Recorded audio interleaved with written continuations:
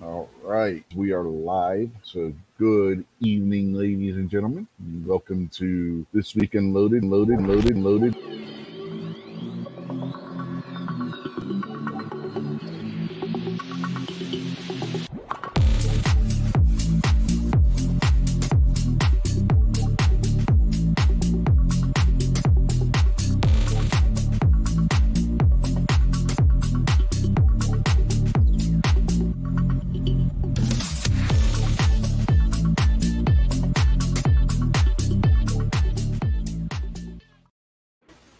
Man, I was just looking at some of those images, and Faust really went and dug through the archive of this show to make that intro. Some of those were back from when Hangouts was still a thing. It's crazy. Anyway, like the thing said, we are live, so good evening. And welcome to another episode of This Week Unloaded. And see who we got there in the chat. G23 saying he was first. Well, I guess maybe. And then Patriot, he's saying he was the first blind guy and the first thumb. And then he's asking Oil Mud or Jello, come on, man, that was last night. And you missed that part. We finally had some discussion last night about oil or mud or Jello wrestling, and you missed it. Because you were late. And who else is out there? PA Reloader is out there. So evening to you. And Kev Woods is out there as well. So good evening to you as well, Kev. And Gizzard Gary out there and in here. So, I'm everywhere. yep. And speaking of who is in here in the panel, we have so far Mr. Jason Stewart's here. How are you, my Jason? I'm doing good, Rich. Thanks for the invite. Good to see you, Gary. Everybody out there in the chat. Yep. And we also have the aforementioned Gizzard Gary. How are you, Night Gary? I'm doing well. Thanks for having me. Hello, Jason. Yeah, it's the least I can do since I was on your show earlier. Yeah. And Friday night, too, for that matter. Yeah, we do. We are on a lot of the same stream. Mm, at least twice a week. Yep.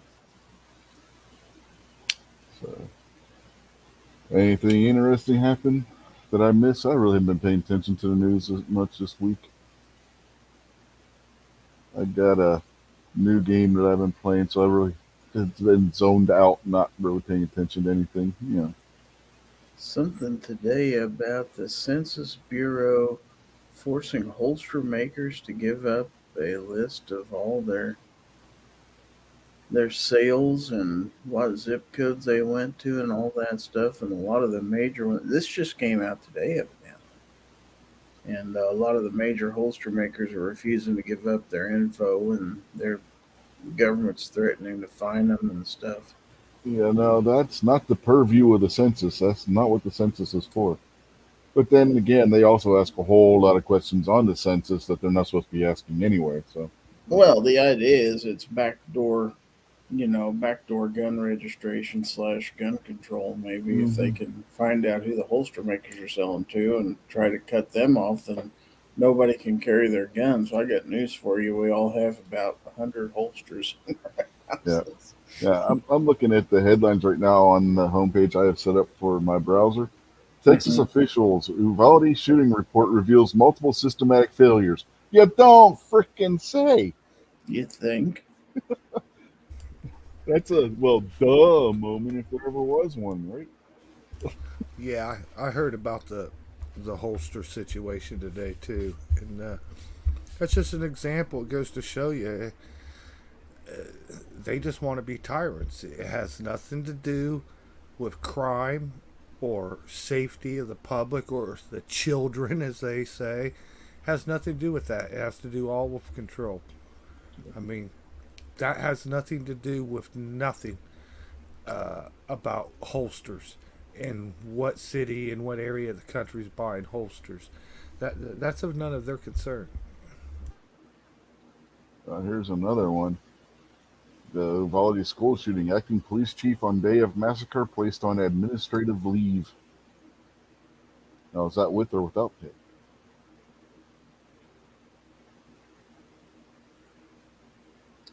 needs to be placed on a chain gang somewhere, I believe. Mm-hmm.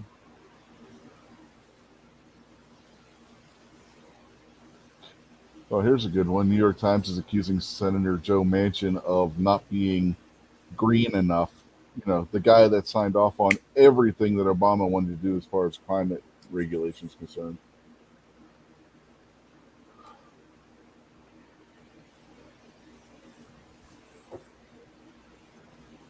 Yeah, by the way, that was after, during one of his campaign ads, he shot Obama's climate, uh, agenda with a 30-06 rifle.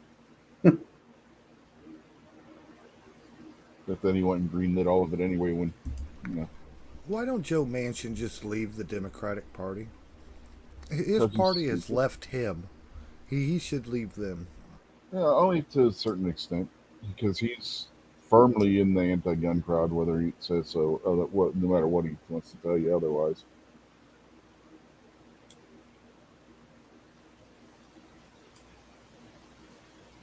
Which is ironic, because as the governor, he wasn't. He had stated that if they passed constitutional carry when he was governor, he would have signed it. It got passed after Byrd died, and he appointed himself to the Senate seat.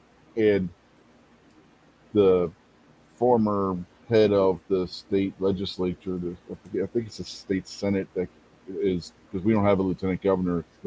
If the governor dies or leaves office for whatever reason, it's the majority leader in the Senate, or the president of the Senate, I think is what they call it. Anyway, he's the one that takes over as governor.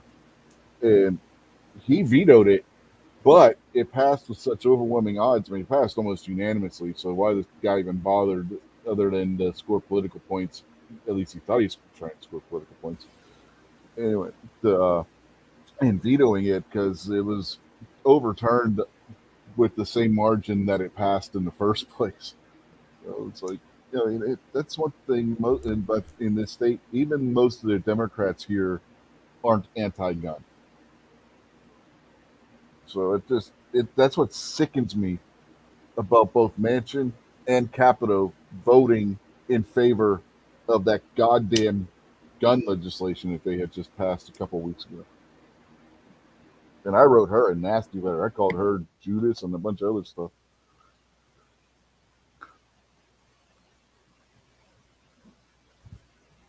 I got a email from my representative Jim Jordan, and he'll fight this to the end.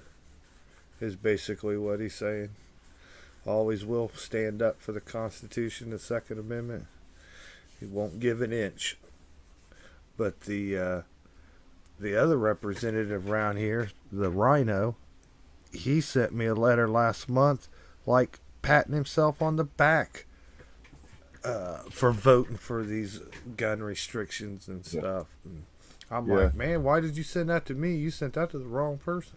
Yeah, I sent her that email where I called her Judas and asking her what her 30 pieces of silver was for betraying all of us West Virginian people. And she sent me back, well, I got all this money for the internet. I was like, oh, so that's your 30 pieces of silver. Okay, it's like, you know what you can do?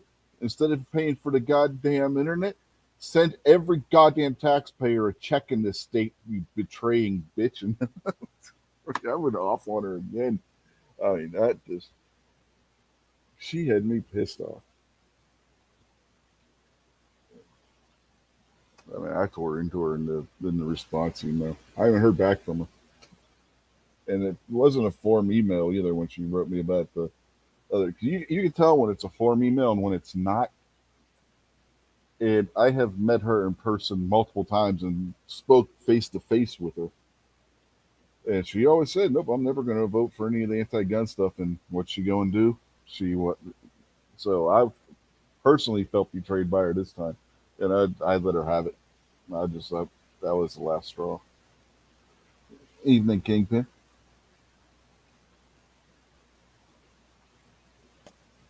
Howdy, boys.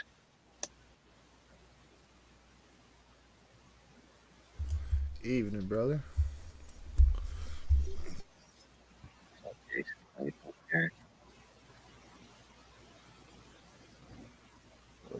Yeah, we're lucky we're having this show tonight.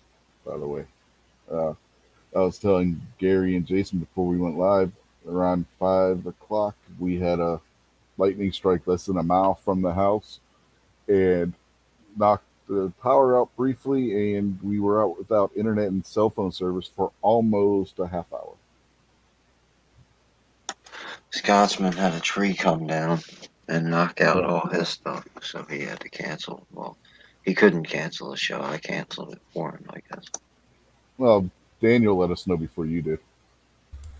Yeah, I saw something. Did it hit his house? Is he okay? It just knocked out his internet, from what I understood. Yeah, hit the wires or something. Daniel was Yes, saying. something in the system. He's fine.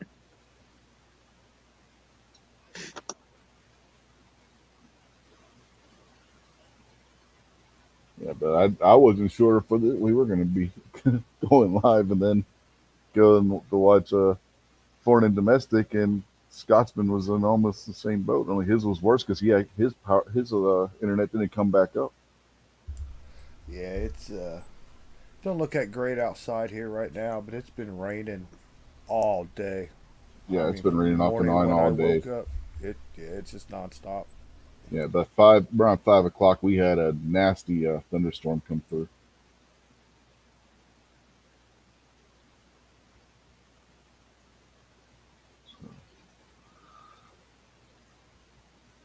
Yeah, I'm guessing what happened is probably tripped a breaker somewhere, and it just took a little bit of time for it to reset, or somebody had to go in and reset it. 'Cause some of those breakers are they'll reset themselves, and others have to be manually reset.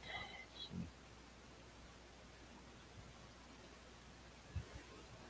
Somebody had to go plug the internet back in. yeah, basically.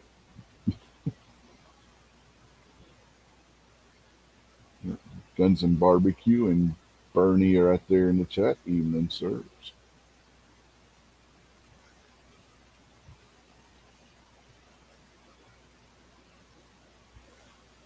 Well, you're in Texas, Bernie. You hardly have any trees. You'd be more affected by a falling cactus, maybe, if somebody picked up and threw it at you.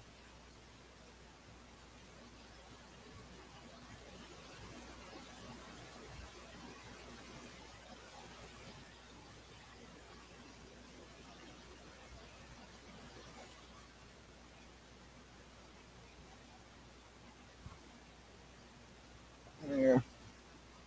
Yeah, why is that, Kev? He says he's a bit anti-gun. But,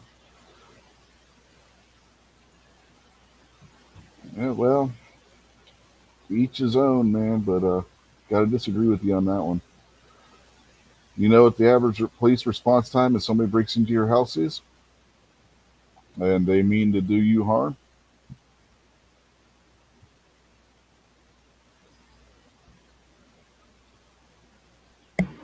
Kind of makes you wonder what he's doing in here in the first place. Oh, he likes the wrestling show. He watches wrestling show. Oh, Do you like Joe Biden, Kevin, or did you like Donald Trump?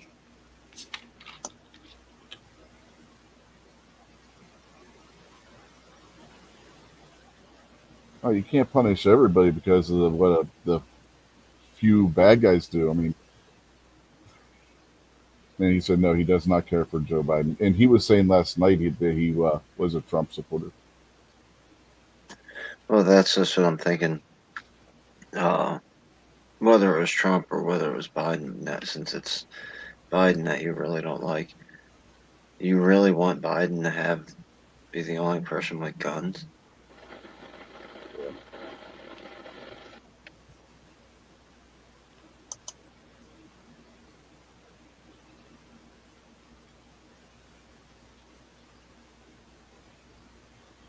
Yeah, depending on where you live, the average police response time to a call on a break-in could be anywhere from 10 minutes to the next day at times.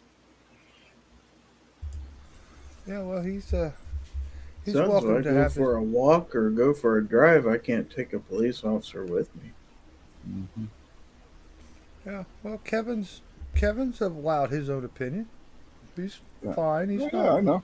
going crazy, but uh, it's whether you agree with it 100%. There's many different ways of looking at it. I get your point on the bad people out there, but the bad people are going to do bad things with a gun, regardless of any law Yeah, yeah, at all. So it's not just it's our constitutional right, which is listed as a birthright. Um, if you don't have the second, then you don't have the first. If you don't have that Second Amendment, you have no protection for any of your other amendments. That's right. Um, yeah. so you could look at it that way. Maybe you haven't thought about that, but we agree. Uh, we're not supporting gangbangers and their cause or anything. No, Um, but imagine how worse it would be if we, the people, didn't have our firearms. Uh, the gangs would still have theirs. The bad people, the people who should be in jail and are never put in jail, will still have guns. And you will all just be victims yeah. if you can't defend yourself. I mean, if you look at it, bad actors are going to find a way. It doesn't matter what laws are on the books. Look what just happened in Japan. You had Japan. You are not allowed to own any kind of firearm, but you just had a guy in his tool shed or wherever he did it build an electronically operated double-barreled shotgun, built his own cartridges for said shotgun, and assassinated their former prime minister.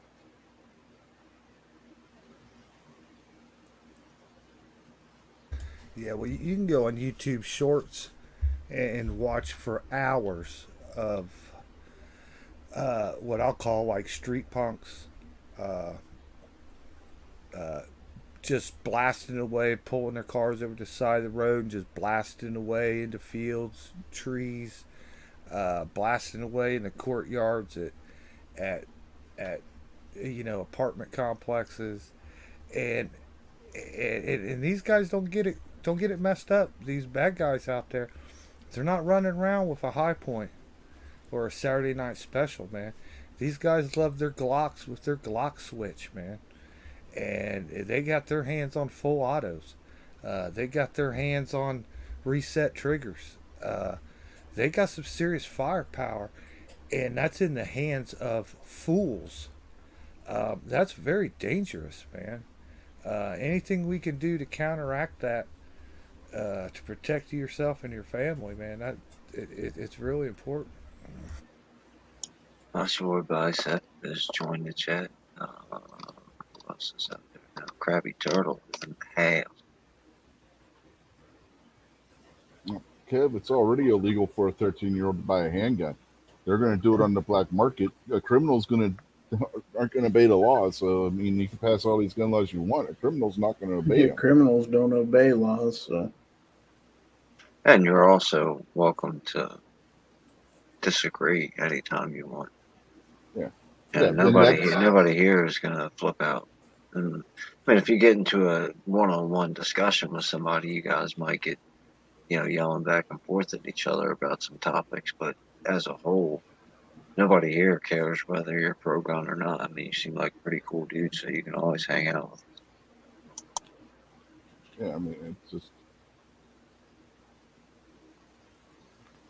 I mean, with the way the media portrays everything, I can see where he's coming from because he's only getting it from one side most likely.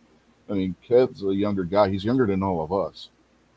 So I mean, But it doesn't even have to be the media. It could just be his own personal understanding that he's like, hey, I see a lot of stuff where people get hurt with guns. If there was no guns, less people would get hurt.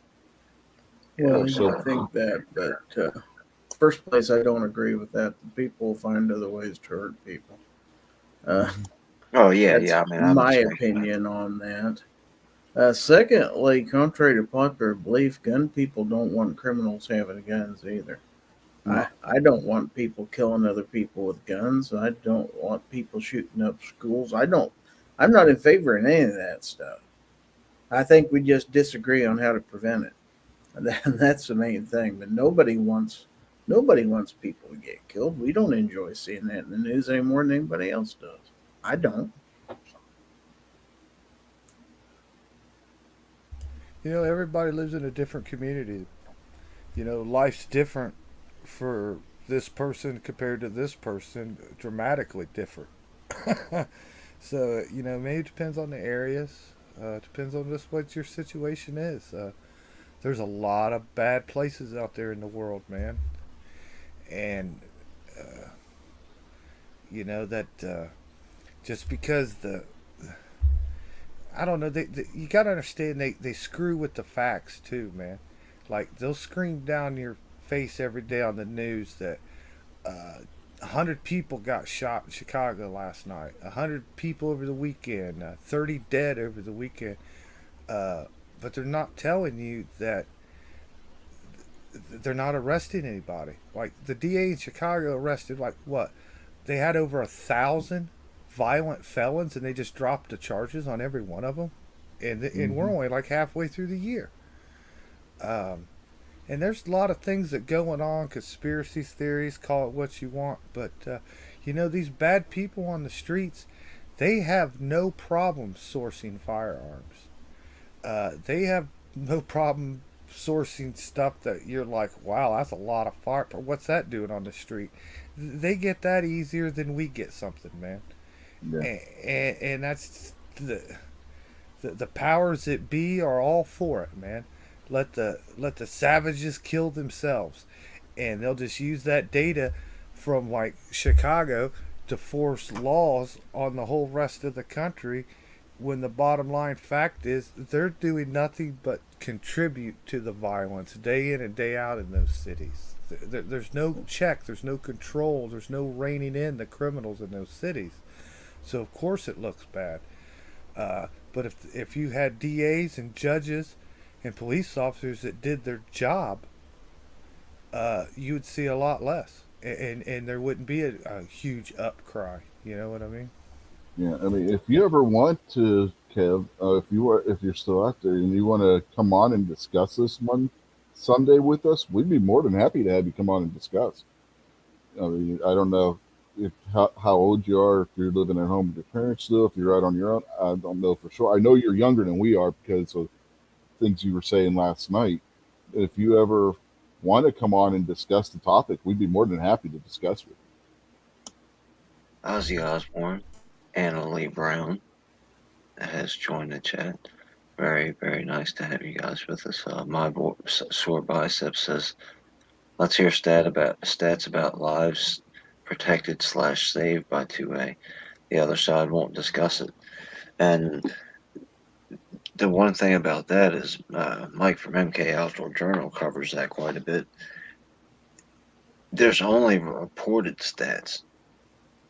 And there's lots and lots and lots of reported stats of people saying, hey, I just had to defend myself with a firearm. And they call the police afterward and tell the cops what happened. And then there's a whole ton more of people who, hey, you know, I'm strapped here. Do you don't want to mess with me? And that's all it takes, and people walk away. So there's gobs and gobs of that are not recorded. Yeah, and the real facts out there, and these numbers come straight from the FBI, report after report that they publish every few years. There's around 40,000 people killed as the result of a firearm every year. But out of that 40,000, 25,000 of them are suicide. There's the real problem with gun violence that's never addressed and never spoken. So you take that out, you have around 15,000 incidences. That 15,000 accounts for everything. It accounts for a lawful use of a firearm in defense. It accounts for police shootings. It accounts for accidents. It accounts for hunting accidents. All sort of things get bunched up with what I'll refer to as gang violence, or you know what I mean, bad guys with a gun. So when you filter everything out, you're down to like 10,000 a year, uh, basically out of control by the bad guys. You know, and that's a terrible number, 10,000 of our citizens every year. But compare that with 1 million people a year that die of cancer. You know, there's like 400 to 600,000 a year that die from medical malpractice. But the point I'm skipping away from that we were trying to get to at the beginning, they don't like to tell you the numbers, but the FBI and other people will tell you it's between 250,000 and 2 million times a year that a gun is used to protect someone and to deter a crime. So, like, if you think the violence is bad and something needs to be done because there's 10,000, take the guns away, and you're going to turn that 10,000 number into 2 million. Yeah, you throwing the wrong email address out there for the channel, Kingpin. You throwing my private email out there, man. Come on. Yeah, I took care of that. Sorry about that. I keep forgetting, man. Look, as far as I'm concerned, your channel's Rich White. Whether it's unloaded media, whether it's whatever. So that's my fault. I apologize. Gig for me.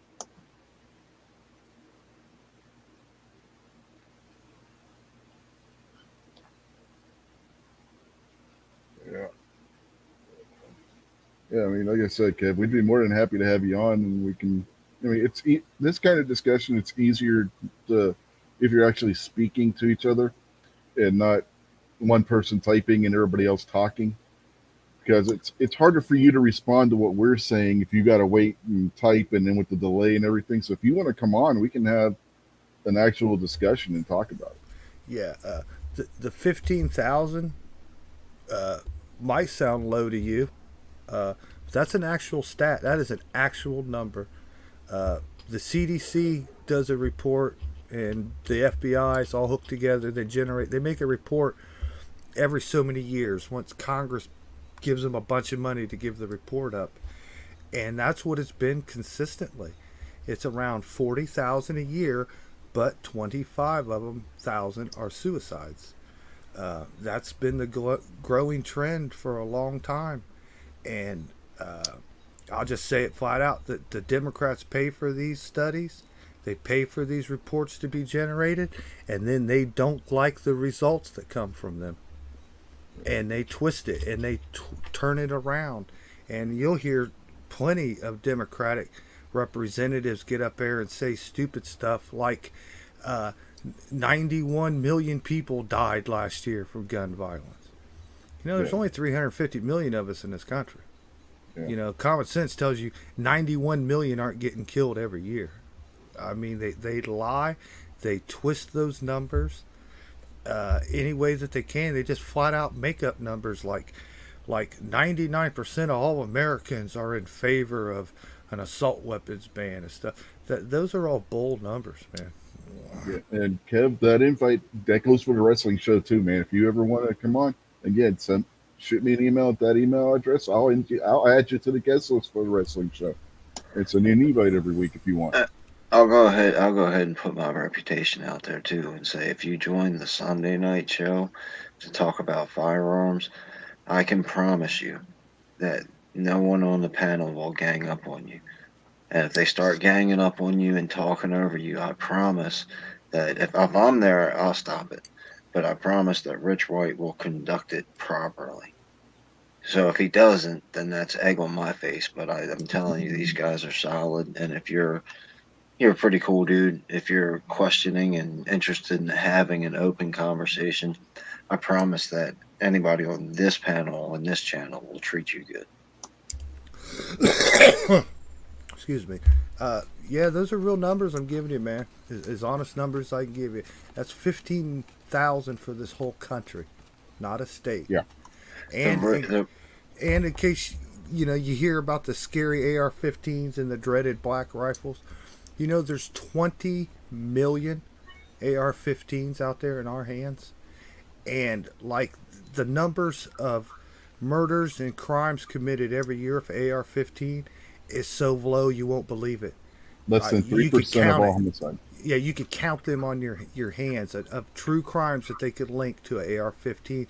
What they what they do is they'll list the incident or the crime or whatever, and they'll simply state a handgun or a rifle if they can determine which. And they just automatically take everyone that was a rifle and they say it was an AR-15 when they really have no proof. And when it comes down to it, the cases they can actually prove was an AR-15, it's amazingly low. I mean, we're not even talking hundreds. I mean, we're talking very low numbers out of a country of, like I said, 350, 360 million people. The AR-15 is of no danger to our society. The danger is if we didn't have them. The reality is 2022, the 20th, this is the 21st century now, right, Rich? Yeah. The 21st century is the safest, most prosperous century in human history. Light years, absolutely light years. The United States itself is probably the safest place on the face of the earth in all of human history tonight. The problem being is you have cities like Baltimore, you have cities like Detroit, you have cities like Oakland, where there's pockets of large amounts of violence. Now, Baltimore, the reason that they're always at the top of the list is they've got less than 600,000 people that live in what's considered Baltimore City. And they have over 300 murders a year. So the murder rate is higher than anywhere on planet Earth by far because of the population. So if you take out those couple cities, which I'm going to get to, America has like zero violence, especially used with a firearm. But the reality is you can't take out Baltimore. You can't take out Washington, D.C. So what you have to do is look into the reason that those things are possible. The reason Black Lives Matter and Antifa could kill cops and kill people and burn buildings down is law enforcement let them. The government let them do that. Anytime during the whole riot situation when they went to a city where the governor or the mayor or the president or whoever, the chief of police was like, look, we're going to enforce the law. When they rioted, the cops put the riot down immediately with overwhelming force. So they could have done that anywhere across America. So a lot of the spike in violence has been on purpose because they put those people out there to do that and they turned a blind eye to it. So guns, Jason was kind of touching on it, especially in the United States, as many firearms as there are in private individuals' hands. If firearms were the issue, everyone on planet Earth would know it. Yeah. In the United States, there's an estimated 80 million firearms owners out there who own over estimated 200 million firearms. If we were the problem, you would know it by now. And to get back to Jason's point about the AR-15, when you look at the FBI's crime statistics, they lump all long guns, shotguns, and rifles in one category. That includes AR-15s, AK-47s, your pump action Mossberg 500, your pump action Remington 870, your bolt action hunting rifle, your lever action hunting rifle. They all get lumped into the same category. And those are used for roughly 3% of all homicides year on year on year on year, which means that when you break it down even farther, that the AR-15 is responsible for less than 3% of all homicides. And see, I don't, in New York, New Jersey Outcast is out there, Tim S is out there, thanks for joining us. I don't shy away from the fact that the firearm is the most efficient way at ending human life that we have. Obviously, I mean, there's nuclear weapons, there's Tomahawk missiles, there's different stuff like that, but it takes talent and skill and money and all that kind of stuff to have Tomahawk missiles. Regular everyday people can attain firearms, and firearms have been a thing for 1,000 years in human history, I guess. Or I mean, Rich could correct me on my timing, because they're the most efficient way at stopping a human being from existing. There's no reason to hide from that. I'm glad that my AR-15 will put a hole in a human's head and stop them from existing. I hope I never have to do that. I hope I never have to experience that. But if I ever pull the trigger and I'm aiming at a person's head, I want the first bullet to stop them. But yeah, if you're still out there, Kev, again, I mean, it'll be a lot easier to discuss this with you next weekend if you want. I mean, the offer stands. He sent me an email. He said he's down. All right, I'll send you an email next Sunday with the invite link, and we'll go from there, man. Make sure you get them Saturday, too. Yeah, Saturday for the wrestling show, and then Sunday when we'll have a discussion on this next week. It's a Second Amendment intervention for you, Kev, because we care about you, brother. Now, I'm telling you, I already put my reputation on the line. If you guys treat this guy like dirt, I'm going to be super pissed. Well, Kev, all you got to do is tell us, just explain your point of view and what you think about it, and we'll just explain our point of view, and maybe we'll come to a mutual understanding by the end. And who knows? Maybe you'll have your mind changed. Maybe you'll be able to convince one of us. Who knows? That's why we have these discussions. If you don't have a discussion, you can't figure out what the other person's thinking.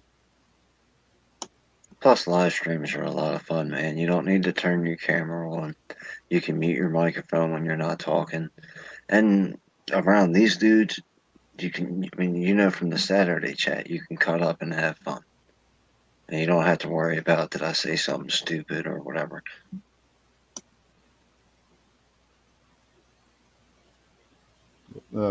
Meanwhile, while Kingpin says all that, we've been joined by Guns and Barbecue. So, evening barbecue. How's it going? Sorry I'm late. Really haven't been watching, to be honest. I've been working on a bunch of other stuff. But I figured it was time for me to take a break, and I saw you were live, so I was like, I'll jump in. Thanks. Yep. Kev's asking if we're ready for SummerSlam. That's a couple weeks off yet, isn't it? That's on the 30th, I think. That's another deal. You can join us and watch the live, the events that we do. Mm-hmm. Holy cow, that's next. Yeah, that's 2 weekends from yesterday. It's 2 weeks from yesterday. So yeah, it's a couple weeks off yet. So yeah, we got that coming up. But yeah. But yeah, so I'd say we nip this one in the bud now, since he's agreed to come on next week, and we can talk to him then.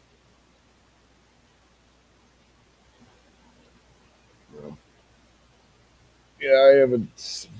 He's saying that Jeff Jarrett's going to be a special guest referee for one of the matches at SummerSlam. Cool. Jeff Jarrett. Yeah. Yeah, how did that come about? Mr. Slapnuts with the guitar. Oh, okay. How did that come about exactly? Because I heard about it, and I heard it was like completely out of left field. So what else we got to talk about? Because like I said, we'll talk with Kev next weekend, and Did you hear about the NASCAR driver got killed in California? nah.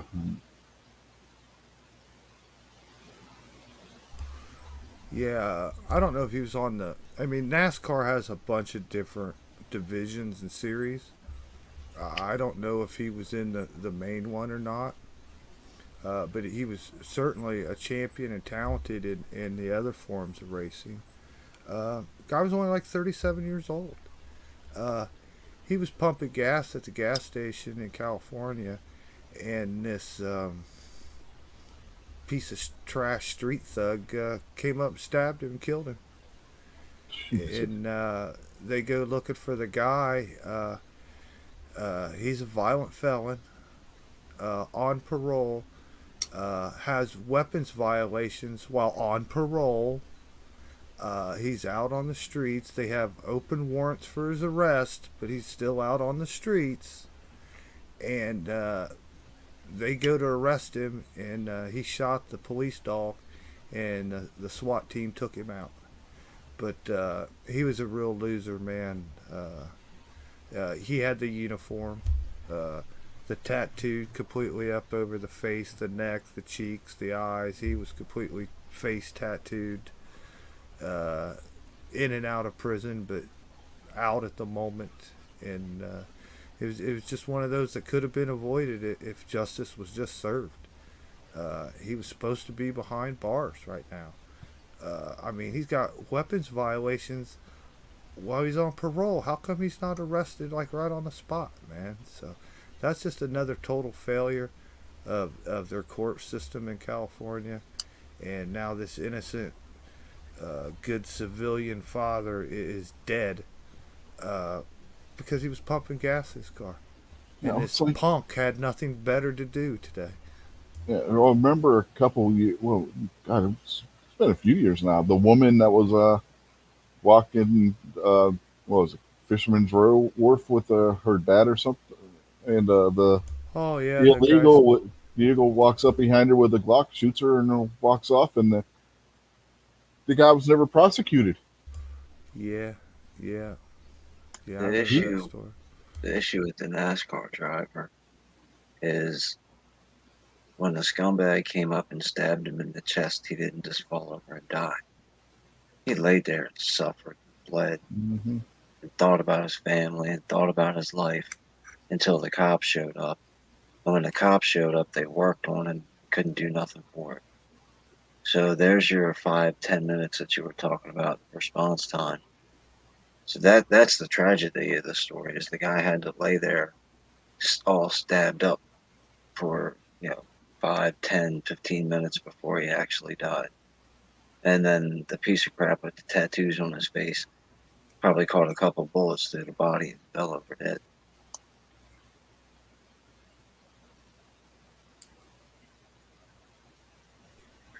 And Kingpin, with what you just mentioned, that I think really drives home another point.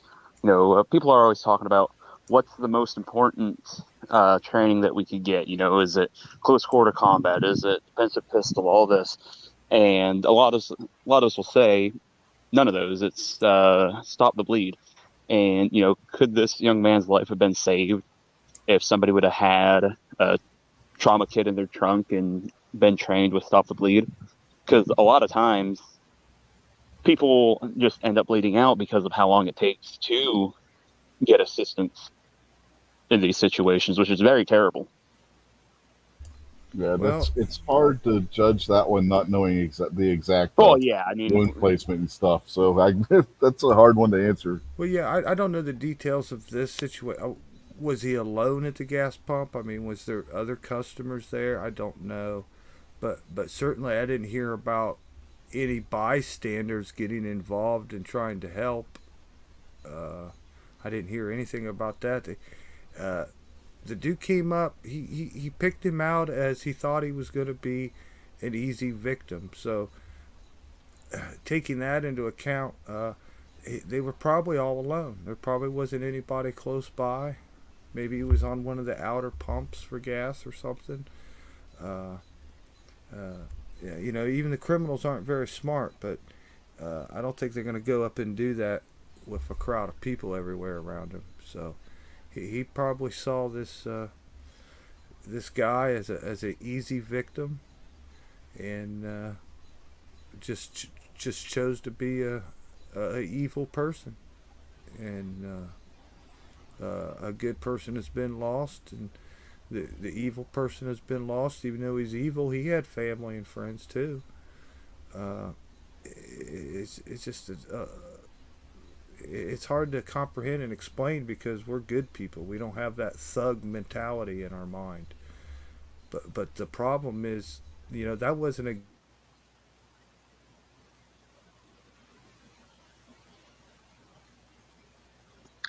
just Jason's evil audio cut out. people. Jason's audio cut out. Yeah, it sounded like it. Oh, is it any better now? Yeah, you just paused there for like 2 or 3 words. Oh, sorry. But anyways, yeah, see, like I was just saying, this case doesn't even involve a gun, and it shows you how just there's evil people out there. And New Jersey Outcast brings up the justice system is broken. Sooner or later, I'll do a series on what I'll call what things people say. But you guys have heard me talk about it before. The things people say, the system is broken. Well, what system are we talking about? Are we talking about the fundamental system that all of our stuff has been based on? And if that system is broken, then we need to burn the Constitution and burn the flag and start all over. I don't think that system is broken. I think that system is working exactly how it should work. Now, And it's semantics. So I understand it's semantics. That's why I call it things people say. yeah, yeah. The people have corrupted the system. That's why it doesn't work. Because you go right to the base model of the system and it says murder illegal, bad. And it's always said that murder illegal, bad. But people murder, which is illegal and it's bad, but they still get let out on parole. So it's not the system that's broken, it's the people that are operating the system.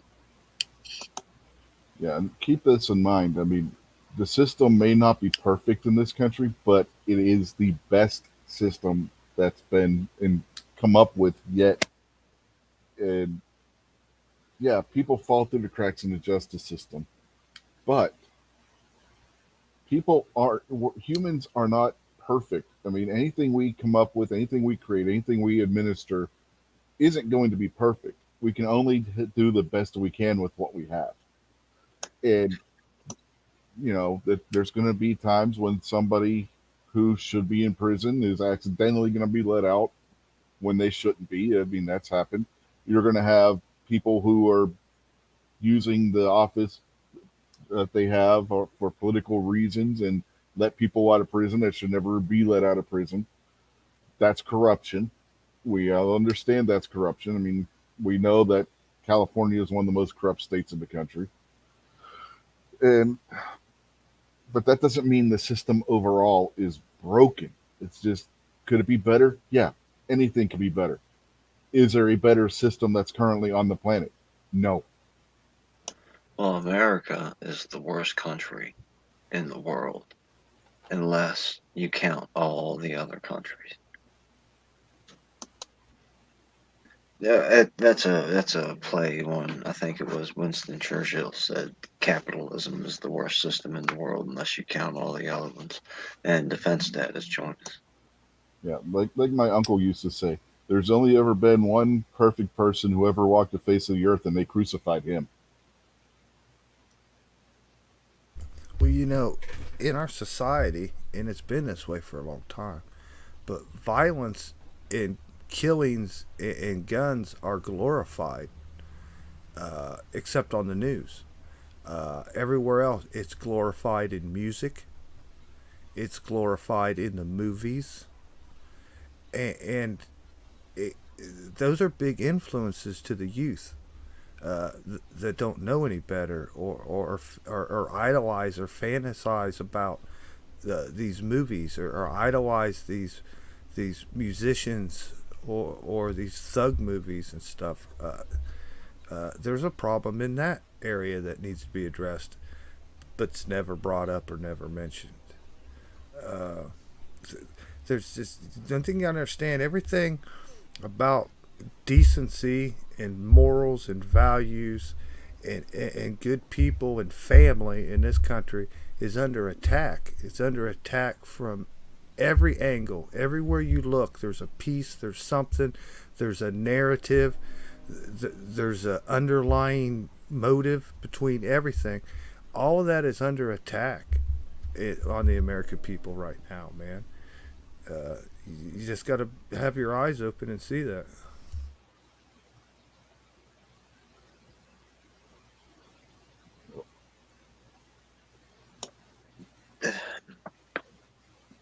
Movies are supposed to glorify weapons and bombs and all that because it's entertaining, and it's way too far ingrained into the human psyche to not have Tom Cruise jumping out of an airplane with a machine gun while it's exploding.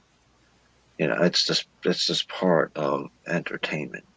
But people are supposed to be secure enough to understand that it's entertainment. And for those young ones that don't understand that yet, or still, can't separate fantasy life from real life, they should have parents around them that should let them know, hey, Star Wars isn't real. You can't hit your brother with a broomstick and cut him in half. Now, hold on a minute. Hold on 1 minute, because that's not what you were saying last night, man. You were very adamant last night that Star Wars was real. Well, yeah, that's what I mean. You gotta make a lightsaber.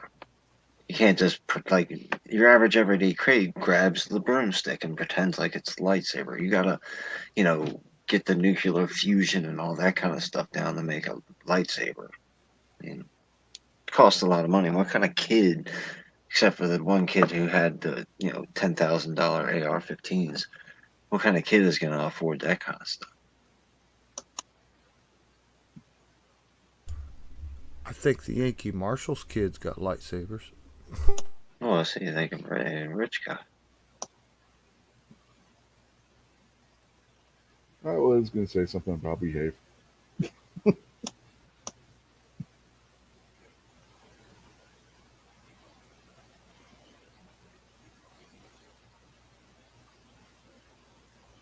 All right. So, you guys ready to do something more funner? Yeah, fun's for the weird people. Fun's for the spoiled people, Rich. Let's do something miserable. That barbecue fat. You better let me at him. There we go.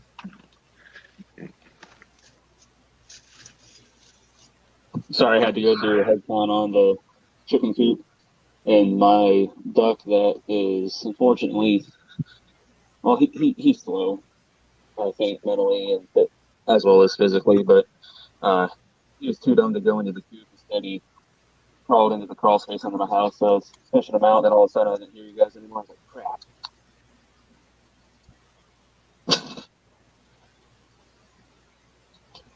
So do you got another topic, Rich? Is that what you were saying? We got a bracket we could do. All right. Well, let's take 5 minutes and go through the panel real quick and adjust biceps question. He says, with a recent talk again of another gun ban, will there be another panic buy? I'll go first. I think there'll be a little bit of a panic buy, but I don't think so. Yeah. I commented out there. I was typing it in when he was reading it. Might not be a panic buy on this one, in my opinion, because they're moving so fast on this one. Might not be time for the word to get out and panic buy to actually take effect.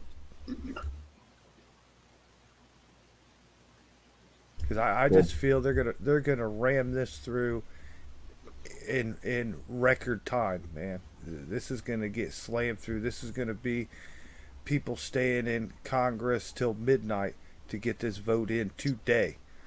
They're gonna move fast on this, as fast as they possibly can. Well, the thing is, it's not going to matter if it passes through Congress. We already know Congress has votes to ram anything that they want to ram through. It's going to matter when it gets to the Senate.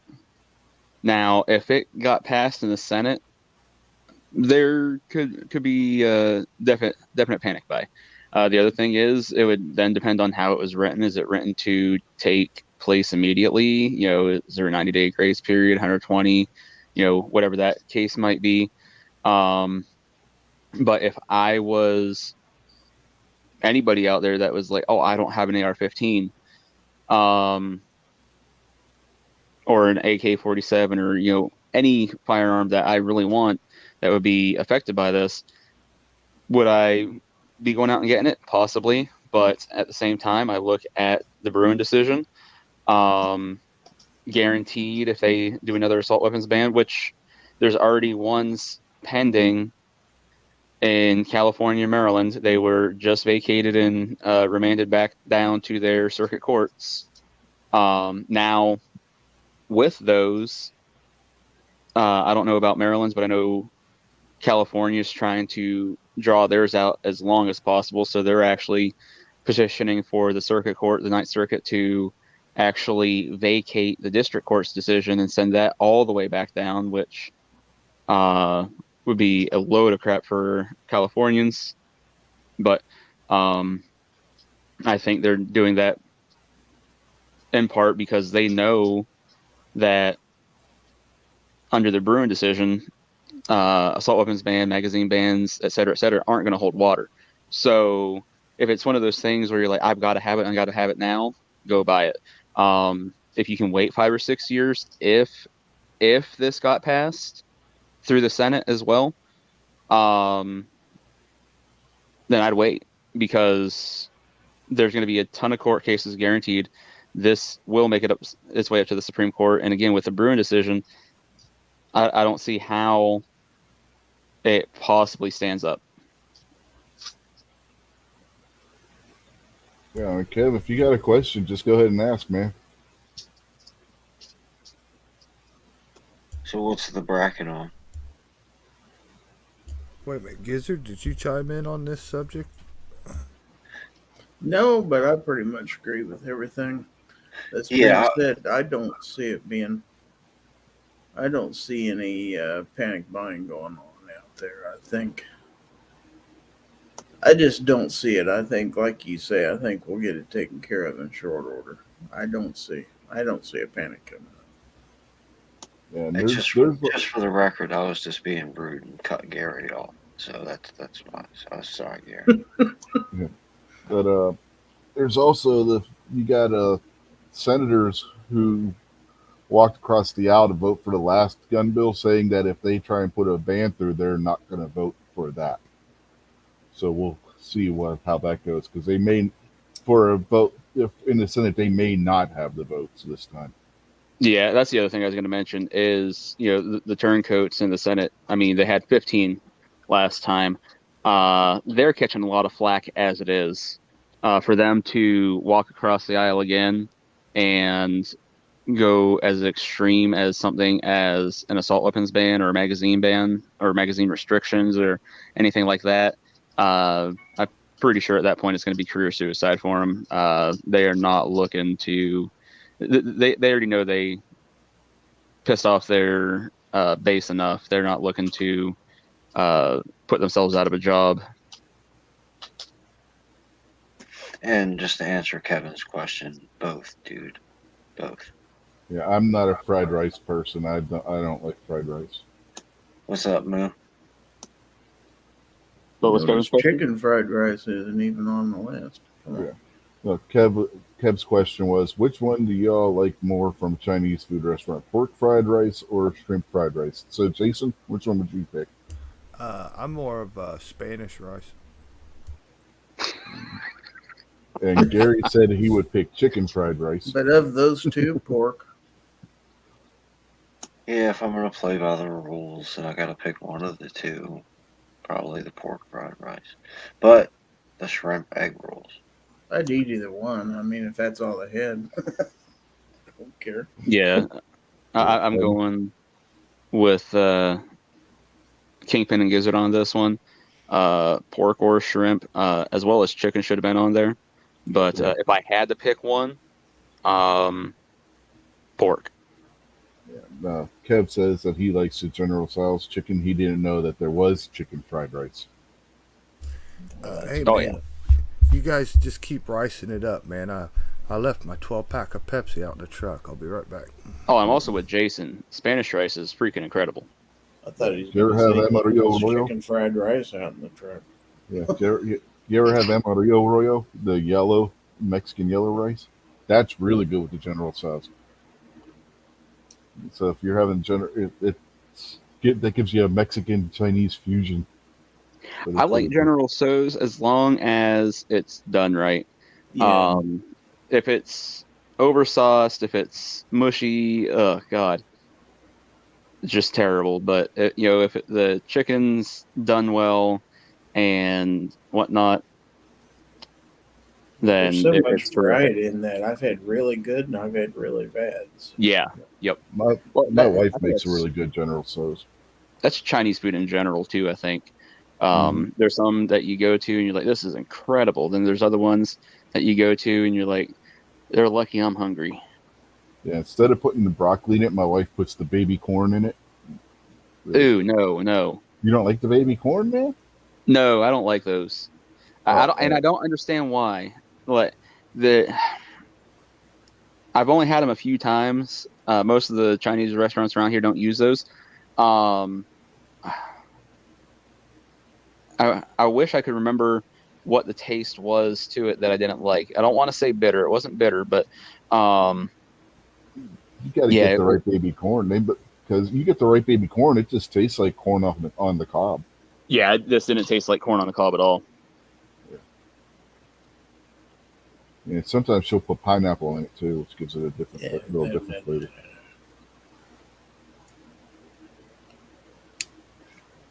John says barbecue corn are so cute. Aren't they though? I mean, little itty bitty corn cobs.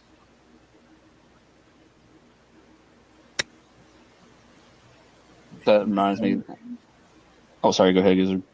I'm going to say you're making me hungry. So what are we gonna? Now we got Rob in here. What kind of? What do you call the thing? A poll? The bracket. A bracket. Oh What do we wow. got? Oh, bracket. I was gonna say how convenient. We mentioned polls and Rob comes in, but never Well, I was mind. going to say we mentioned brackets and Rob comes in. As soon as he heard there was a bracket, he jumped right in. He's like, hold on. Man, things are just going downhill for me, man. I run outside to get my truck, and as soon as I come out on the deck, man, I stepped on one of them slimy slug things. I about threw my back out of place, man. Oh, no. Poor guy. Don't you know you're supposed to put salt on those? I think Moo or somebody just mentioned being at the disco. That's why I felt like I was on roller skates, man. I did the old arms and eggs in the air and the back all twisted wrong and shit. Damn them things. Yeah. Kev's asking bracket for what? Okay, some of us that host these shows will come up with. We'll use a bracket like you would use to fill in for like a NCAA tournament or whatnot, but instead of like doing basketball or anything along those lines, we come up with a different topic. Like we may put different handguns in there. Favorite We candy both- bar. Yeah, favorite candy bar, which Slim We're Jim not doing won that one. Slim Jim, heck yeah. Last time we did handguns, America's Rich favorite. went full Dominion voting machine and Yeah. removed stuff and switched stuff around, and Did. it was all rigged. Top 10 songs that nobody ever heard but Rich. All vanilla ice. Yeah, we've done cereal before, Kev. Cereal has been done. Baby. Easter candy. Yeah, Easter candy's been done. Christmas candy, Christmas cookies. I mean, there've been all kinds. Christmas So which Carol. one are we doing this time? Prog rock bands. What did you speak words that again? Prog rock bands. Progressive rock bands.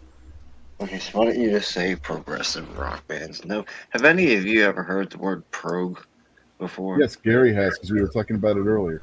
I'm kind of lost on progressive Never. rock bands. Yeah, can you give us an example there? Pink Floyd, Rush. Let's see. That kind of stuff. Oh, Let's get the Okay. bracket going. Let's do. What's up, Rob? How you doing, man? hey, Rob. Hey, just got in. Sorry I'm late. PC is out in the chat. Very glad to have him join us.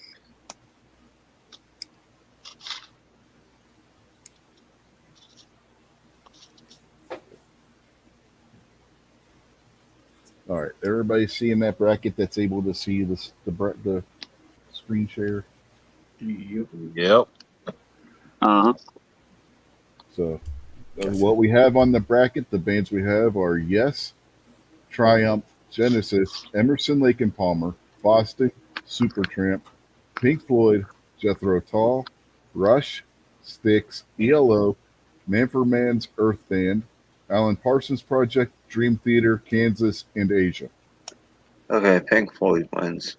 Could make another bracket. You never know, man. I say this Heard as it I'm happen. wearing, I'm wearing a Pink Floyd shirt as I say that. Yes, Rigged. and happy Second Amendment a month to you too, PC. Peace out. Black Eyed Peas isn't a progressive rock band, Kev.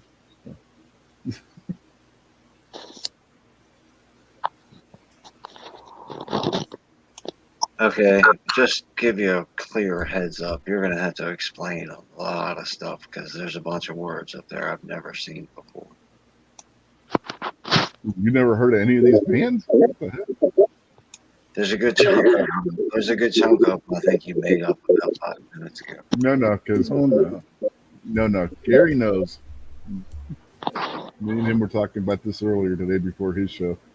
Yeah, no, there's a lot of good bands on here. There's a few where I'm like, I don't see the why is this on here? I don't see the Emmett Otter Jug Band. They weren't a progressive rock band either, Jason. They were a jug band. It's right in the name. We can All do a right, let's jug get band this- bracket next time. We Saw should. that, Gary? Let's get this fraudulence on the road. Uh-huh. All right. So, first slot, we got Yes and Triumph. So, let's see who goes first. We'll go with. Let's see order here. Yeah, Jason, we'll go with you first. Yes or Triumph? You know what? There's quite a few Yes songs that I do like. I think Triumph's maybe only got one or two. So I'm going to have to go with Yes on the first one. All right. Gary? I'm gonna have to go with yes on this one. All right. Kingpin? Well, it's a good thing that we're getting this started off correctly, because I've never heard of either one of these bands. As far as I know, now if you're going to tell me Yes sang this song, blah blah blah, I'll be like, oh okay. But I have Owner of a no Lonely idea. Heart. Owner of a Lonely Heart, Roundabout, Your Move. Oh, Okay, stop. Owner of a Lonely Heart. Who sang that? Yes. Okay, what did Triumph sing? Christ. Keith Gregory has joined the chat.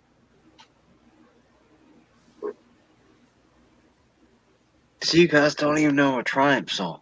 So it is. I do. I just drawing a blank. You ever know, you know the answer and you draw a blank? Yeah, you're You drawing sure a- that wasn't a motorcycle you're thinking of?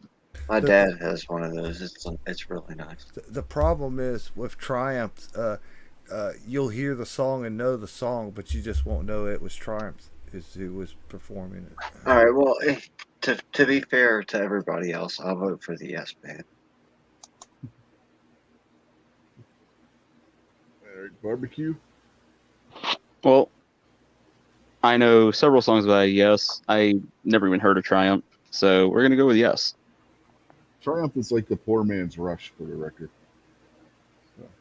And Okay, Rob- Woods is throwing an Oasis out there that totally don't fall into this. yeah, I can't think of anything by Triumph, so I would go with Yes. all right. So Yes moves on. All right. Next, we got Genesis versus Emerson, Lake and Palmer. Can we make this one quick? Anybody that's not voting for Genesis? Yes, Oh, real quick, right here. Triumph Triumph song was "Lay It on the Line." Yeah, Lay It on the Line. That was one of them. Yeah. That was a pretty decent song. Yeah, that was a decent song. So are we in agreement? Genesis wins this one. I am. I think Gary said no, so I think he was going to vote for Emerson, Lake and Palmer. Yeah, Absolutely. For the Yeah, drum we do. set alone in that show. If you take Phil Collins out of the picture, the rest of them are all right. The Emerson, Lake and Palmer. Emerson, Lake and Palmer's a good band. Yeah, I'm gonna throw my vote for them guys, man. Okay, so we got 2 for Emerson, Lake and Palmer, 1 for Genesis, 2 for Genesis. Barbecue, you haven't waited. I'm gonna go with Genesis. I've never even heard of Emerson, Lake and Palmer. You never heard the song Lucky Man? I probably have, but it's not coming to mind. Bullet had found him. Yeah, he wasn't the guy that wasn't very lucky.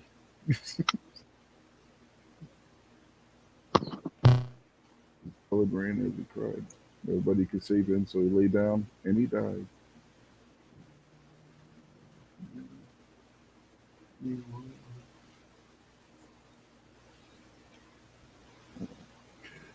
All right, next we got Boston and Supertramp.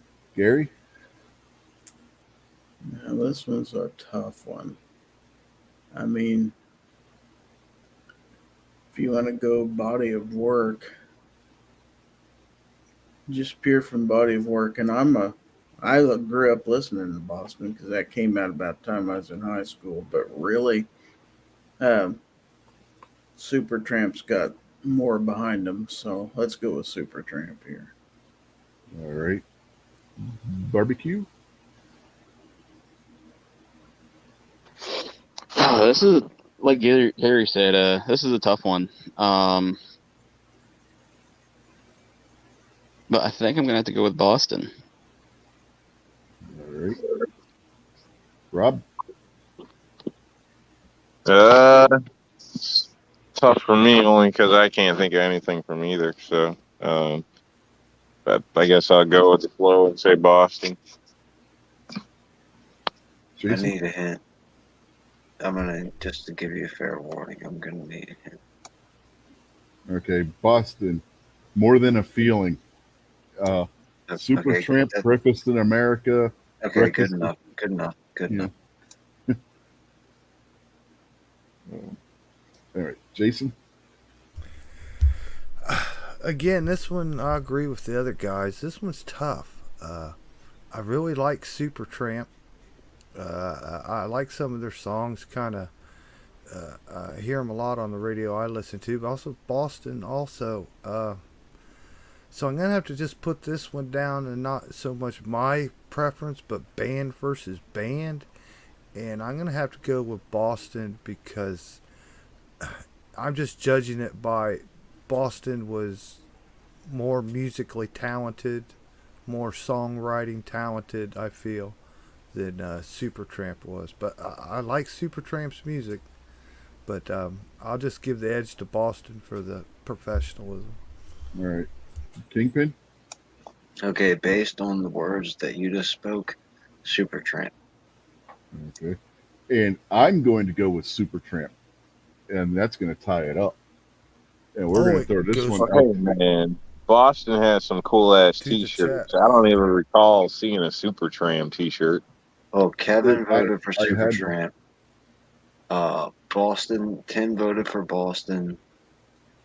Krabby voted for Boston. Keith voted for Boston. So I think unless he say votes for Supertramp, I think Moo Boston's says kind of Moo said Boston, so Boston's going to move Yeah, on. it's Ozzy just- said Boston. Starting to run away here. Because Moo has taste. The crazy part is all of Boston's hits came off of one album. Yeah, that was the thing about it. Yeah. For the With most the part. exception of maybe one song. real quick programming note for everybody in the chat that's listening.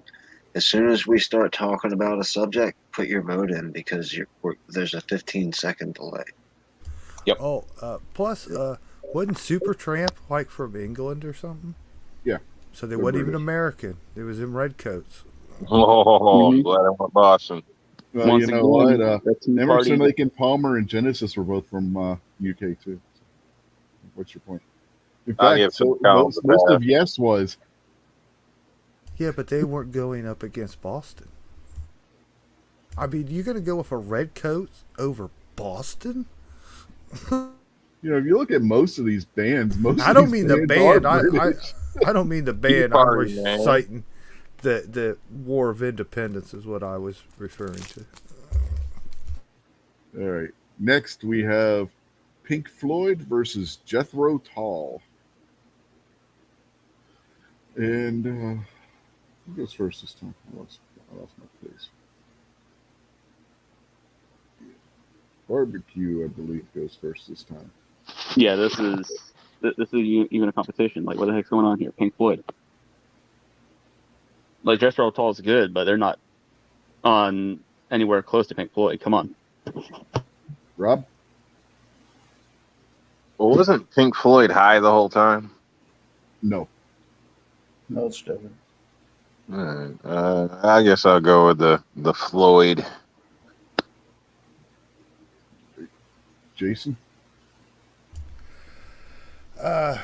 This will be the easiest pick of all of them. This was going to be obvious. I think Pink Floyd's a much better music. Like, again, better songwriting. Stood the test of time. World famous. Just way more successful. But Jethro Tull has a couple band that are good, but nowhere near the caliber of Pink Floyd. Great. Who's next? Gary? Jethro Tull. Kingpin? If you wanted Jethro Tull to go further in this, you shouldn't have put him up against the band that's going to win the whole thing.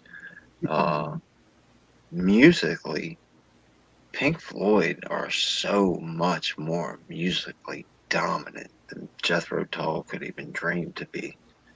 Now, that being said, I do enjoy me some Jethro Tull, but clearly in this battle, unfortunately for Jethro Tull, Pink Floyd all the way. Can we just advance Pink Floyd to the semifinals as well? Because there's no way Boston's going to beat Pink Floyd. If we're going to do that, there's no use even having brackets. Yeah, we'll have to wait and see, man. Any Yeah, given you Sunday. never know. Yeah, All stop right. trying to big it, man. Give Gary a chance. Yeah, because I'm going to bring back up which one's Hold from on, is America. Gizzard that anti-Pink Floyd? I do not like Pink Floyd. Oh my Never god, I have. did not realize that.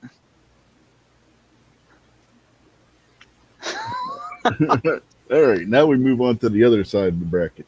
Well, real quick, let's see.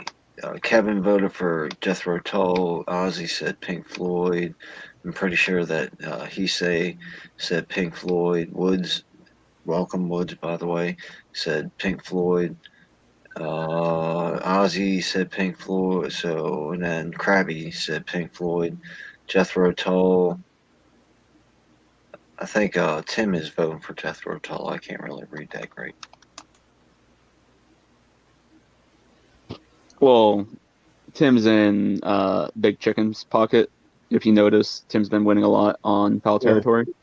Well, Tim S. also said, what the fuck, Jethro Tull? I'm still sore from Jethro Tull Metallica incident. Yeah, how Jethro Tull won the best metal performance Grammy is still beyond me. All right. So sorry about that. I just wanted to read everybody's thing. Next, we have Rush and Styx. A Canadian band versus an American band. This And, one's going to be tough. yeah. Are we back to Jason going first, I believe? Okay, I'll go with this one first. Or is it Rob that goes first this time? You can go, Rob. You want I to? already know I'm picking No, I think it's Rob that goes first this time. Rush. Okay, Rob says Rush. Jason? Man, this one is hard. I almost instinctively wanted to go with Styx, but Rush, especially like the Working Man. Man, they get going in that song, man. They get to kicking ass, and they're fucking rocking it pretty good, man. So I gotta lean to Rush on this one. All right. Giz? Well, I hate it because I like both these bands a lot. And if Styx was going up against anybody else, I'd probably have to pick them, but I can't pick them over Rush. So I'm going to have to go with Rush. Kingpin? I apologize, but I'm gonna need a song from both of these bands. Rush, Tom Sawyer, Styx, Renegade. Okay, I'm gonna need a different song from Styx. Styx. Sailing away. Come Sail Away, Mr. Roboto, Okay, all right. Oh, wait a Working second. Man. You telling me Styx sang that "Come Sail Away" song that Cartman sang? Yes. Yes. Yes, Yeah. they did. Rush. See, Rush. I knew that. Kingpin's just annoyed with Cartman. Styx falls into the penalty of that Dennis, man. Their Yeah, lead Dennis singer is- dude yeah. stuff. If it Yes. wasn't for him, their music might have been a little more Yes, upbeat. But that dude wanted to be all classic Yeah. stage look- opera. If you look Stuff. at the good songs Styx had, they were all written by Tommy Shaw and the other guitarists. Yeah, You look at the bad songs that James everybody Young. makes fun of, they were written by Dennis DeYoung. yeah. I mean, Real- that just. I mean, that's the best thing they had go for him was Tommy Shaw. Real quick, I'll run down the votes in the chat. Ozzy said Rush. Kevin said Styx. Wood said Rush. Krabby said Rush. Keith said Rush. Tim said Styx. And Esau said Rush. And the men who hold high places, damn, I guess that's like a Rush thing. I don't know what that means. Yeah, P.N. Wood said Red Barchetta is one of the best songs ever recorded. It's a good song. I prefer Tom Sawyer myself. Tom Sawyer's awesome. Or The Trees. It is, You ever hear The Trees? That song is freaking hilarious. Working Man. Subdivisions. Yeah, Sounds I good. mean, Security Radio. Yeah. Yeah, you know why? Do you know why I put Rush and Styx against each other? One had Working Man, and the other one had Blue Collar Man.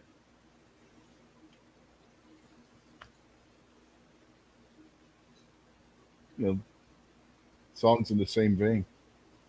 So I figured, yeah, you know what, those two would be good together, go against each other when they have songs of a similar style, a similar subject matter, I should say. Now, the only one of the two I actually saw in concert was Styx, strangely enough. The only one that I've seen a member of one of the bands was Styx, because I saw Tommy Shaw in concert with Damn Yankees. Well, that would have been cool. And they played a couple Night Ranger songs, a couple of Styx songs, and of course some of Nugent's stuff too, not just the Damn Yankees stuff. All right. Next, we have the Electric Light Orchestra, also known as ELO, versus Man for Man's Earth Band, best known for a cover of a Bruce Springsteen song. So, Jason, who would you pick? well, I may be blinded by the light because I'm wrapped up like a douche, but In the middle of the night. ELO, man. Showdown, man. It was in the Kingpin movie. Go to hell, man. They did Xanadu. I gotta, and I'm a big Jeff Lynne fan. I've always liked his music when I was young. So I'm gonna have to go with ELO. All right. Gary? ELO. Kingpin? Help. All the words that you guys just spoke, you might as well have been speaking Japanese. I have no idea Okay. what you're talking about. ELO, Don't Bring Me Down, Manfred Mann's Earth Band, Blinded by the Light. Okay, I've heard those songs. The "Don't Bring Me Down" song makes me think of Donnie Brasco. I mean, you saw the movie Kingpin, right? Kingpin. Yeah. When Big Earn and Munson were going at it in the tournament at the end, Showdown was the song they was playing. Like when Okay. Big Earn had the ball with the rose in the middle of it. And that's the ELO thing. Electric Light Orchestra is who All right. ELO. So far they're not bad. What's this other character's name? Manfred Mann's Earth Band. They're the ones that did a cover of Bruce Springsteen's Blinded by the Light and had a bigger hit with the song. Bruce Springsteen sucks. ELO. Plus, don't forget Xanadu, man. Didn't you guys like Olivia Newton-John? Okay. I'm not going to argue on that, but barbecue. Yellow or Manfred Mann? Oh, I get to vote on this one. Well, your vote really doesn't count in that side, unless I can tie it up. Let's say, I will say that last one I would have voted for Rush, even though Sticks did make Renegade, which is incredible for the Steelers. But, so, hold on, you say this one's supposed to be tied up?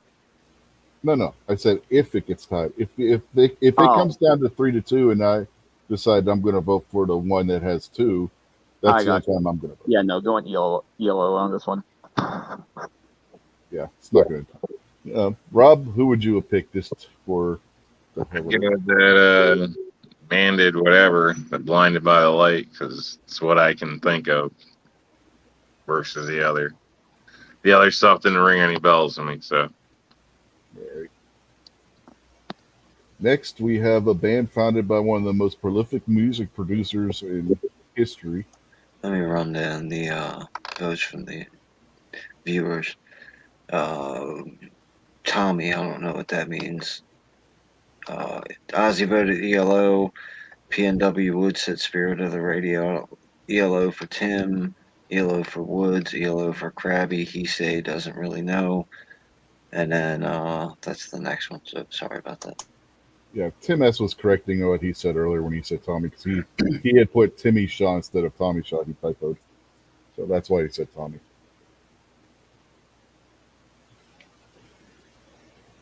So, yep. Moving on, we got the Alan Parsons Project again, founded by one of the most prolific music producers in history, responsible for one of the Beatles' best albums and one of Pink Floyd's best albums as the producer of, with the Beatles, he was actually one of the engineers that worked on the album. He worked on the Beatles' Abbey Road album. He worked on Pink Floyd's Dark Side of the Moon album and founded the Alan Parsons Project. Yeah, the Beatles suck. To put out a sequel album to Dark Side of the Moon with his own band. And then we have probably the youngest band on the list, Dream Theater, who came around in the late 80s, but was a really good band musically. So, Gary, I believe you go first this time. Well, I don't know much about Dream Theater, but I'm definitely going to have to go with Alan Parsons Project on this one. Okay. Kingpin? Jeez, man. Alan Parsons Projects makes me think of Dr. Evil, because that's the only person I've ever heard say those words before. And Dreamcatcher is like the thing you hang from your rearview mirror, right? I don't know. It's technically over bed. But Either just make up a vote for me, or if you guys feel like entertaining, telling me a song from each one of these bands again. Okay. You know the song that the Chicago Bulls would come out to when when Michael Jordan and Scottie Pippen were there leading the Bulls to the championships? At the time, I was a huge Boston Celtics fan, so of course not.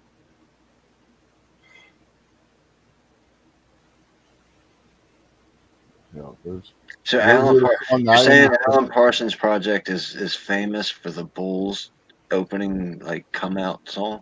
Well, their stuff was more the 70s and early 80s. What does Dreamcatcher sing? Dream Theater. Dream Theater, yeah. Pull Me Under was their big hit. Oh man. Uh, I like Doctor Evil, so I'll vote for the Alan Parsons Project, and Larry Bird is the better player. Barbecue.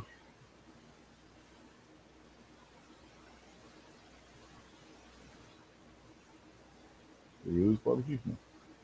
You there, barbecue? Yep. Sorry, I forgot to hit the unmute button and just started talking. Yeah, I really don't know much about either of these, to tell the truth. So just to be a dissenting voice, I'm going to go with Dream Theater. All right. Rob. I'm down with APP. Yeah, you know me. Jason. Sorry, I'm just still having a good time off Rob's answer.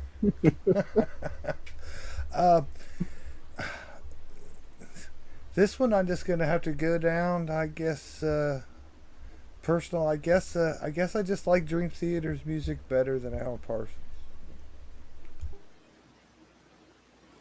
Whew. Do I want to tie this up? I really like both bands. Yeah, I meant I'd probably be more inclined to listen to Dream Theater, so that's my answer. And Michael Portnoy, the drummer for Dream Theater, if anybody has a problem where their drummer dies or gets sick or what have you, he's right there filling in for him. That guy's all over the place. Man. Yeah, I think I'll go Dream Theater, and I'll tie this up just so that we can have the audience participation. That's pretty clear. Ozzy, let's see. Ozzy, Woods, Krabby, Tim, all said Alan Parsons. He said he didn't know, and Kevin voted for Dream Theater. So Alan Parsons Projects in the chat wiped it right off the map. Which sounds about accurate. I feel like the majority of the Dream Theater votes were just sympathy votes.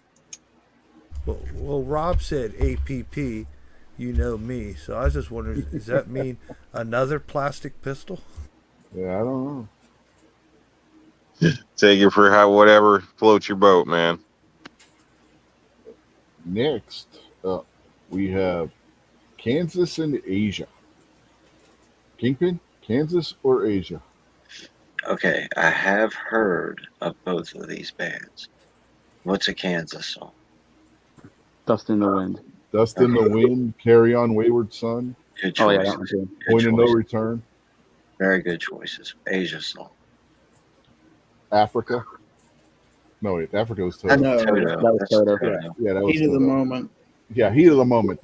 That's when I was thinking, and I said Africa for some reason. Mm. Yeah, Heat of the Moment, and then there's a couple other ones. Just based on what you guys have just told me, I have to give Kansas the vote. All right. Barbecue. So both very good bands. I would be happy to see either one moving on, but I think I'm going to have to give the edge to Kansas. All right. Rob. Kansas, because I'm American, and I think those songs are better. Well, there were a few Americans in Asia. So, anyway, Jason. Well, since the truth be known, I am a wayward son, and because of their inspiration, I find myself carrying on. So I'm gonna go with Kansas. Gary, is it safe to say you would say Kansas? Do you even need to ask? That's fine. I own every album they've ever put out, and I've Yeah, I seen know them that. in concert 6 times. So. Yeah, I know. We've talked about that before. That's why I said that's why I was like, Gary, do I just assume you were going to vote Kansas? Well, I'm gonna shock everybody on the panel, but everybody in the chat voted for Kansas except for Kevin. I think Kev's just voting the opposite of what everybody else says.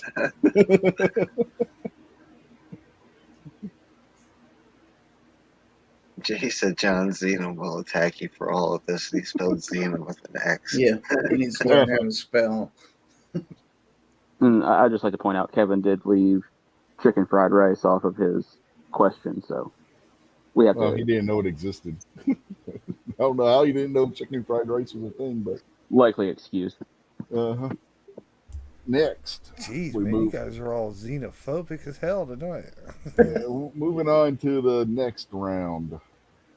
Yeah, we got Yes and Genesis. Barbecue. Yes or Genesis? Oh my god, this is the one I get to go first on again? Ugh.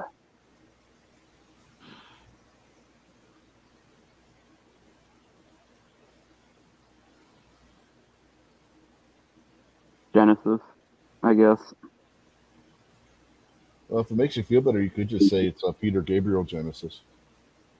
Oh, dang you. Oh, pass.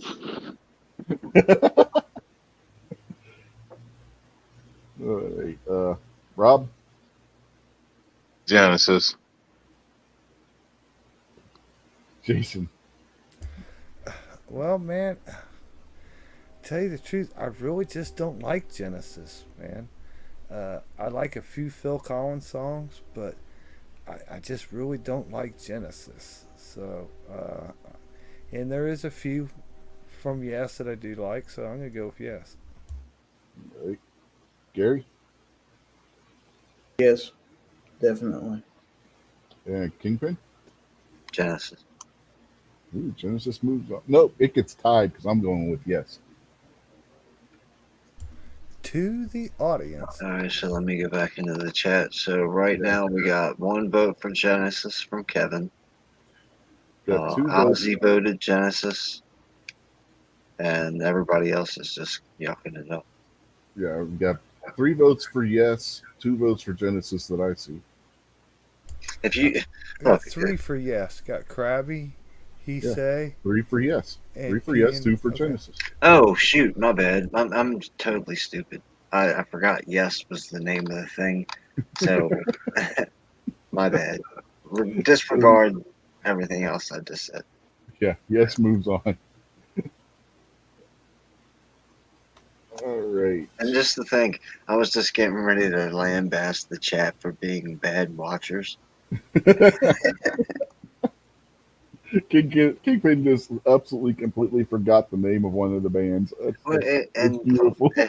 ever since I mentioned, go ahead and vote as soon as we started talking. Everybody's been voting as soon as they see the name. So all the votes are already tallied by the time we get done. And for whatever reason, I didn't register that. All right. Next one. Boston and Pink Floyd. Rob.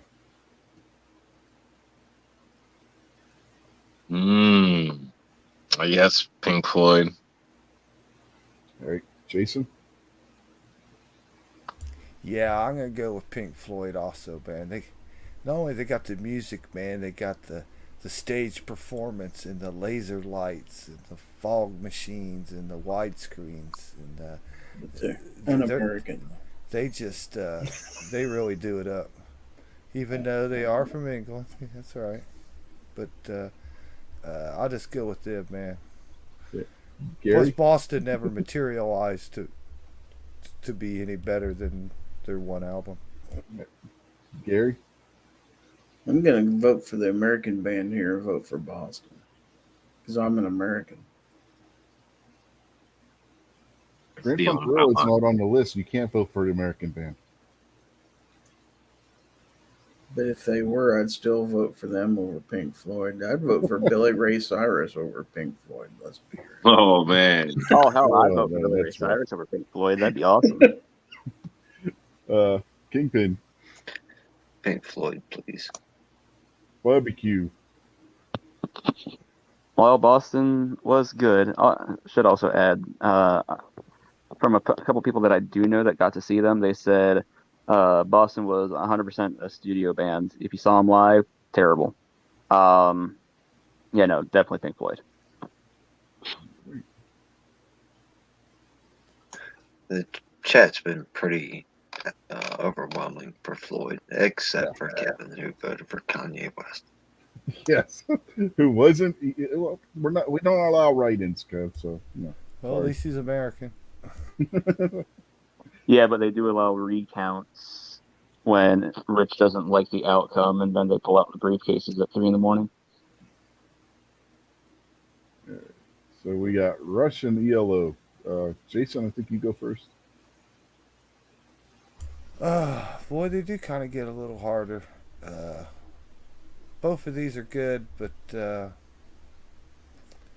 oh boy, I don't think ELO can really compete against Rush, man.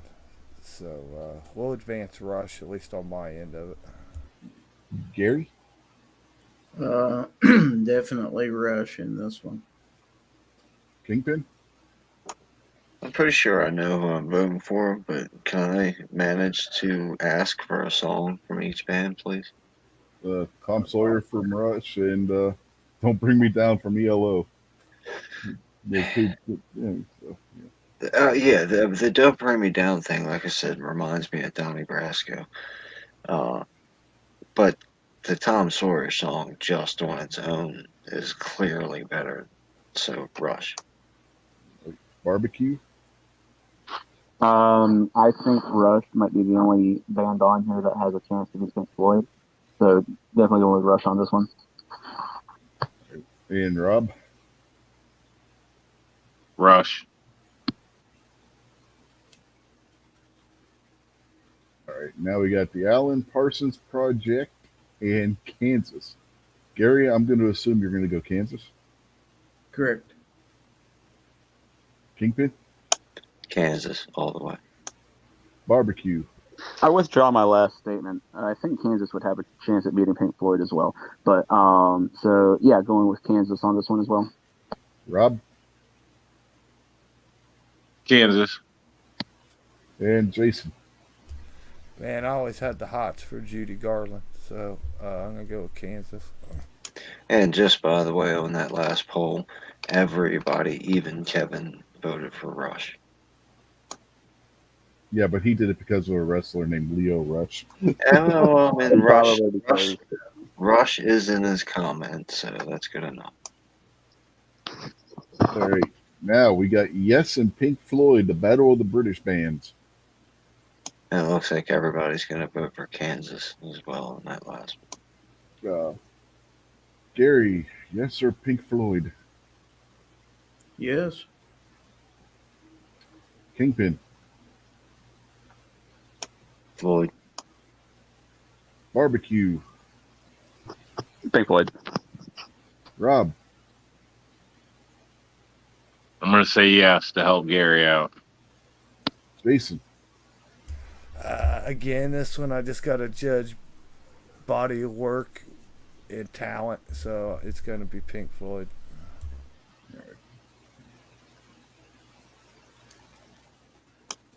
And looks like so far Ozzy, Tim, Woods, Esau, they all voted for Floyd.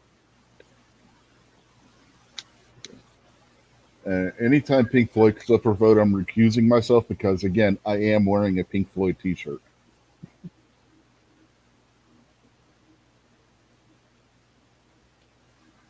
So, Rush and Kansas. Canadians versus Americans. Kingpin. All right. Rush has got the Tom Sawyer song. Can you name me another Rush song? Limelight. The Working Man. They Fly call me by the Night. Working Man. Red Barchetta. All right. So what's Kansas's top two songs? Carry On Wayward Son and Dust in the Wind. Yeah. Dang. Oh, crap, dude.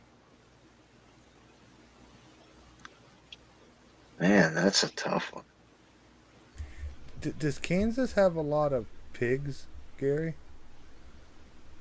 Like hogs, Not like really. the farmers and stuff? Oh. I just wondered this was going to be bacon versus bacon, you know. Canada's back bacon and shit. Which one of these bands is from Canada? Rush. Rush. All right. Well, I was originally in this competition thinking Rush kind of sounds like Rush Limbaugh. I like Rush Limbaugh a lot. Kansas, Gary's from Kansas. So, but if you're telling me Rush is Canadian, then I'm going Gizzard Gary all the way. Yeah, the dude's name's Geddy Lee.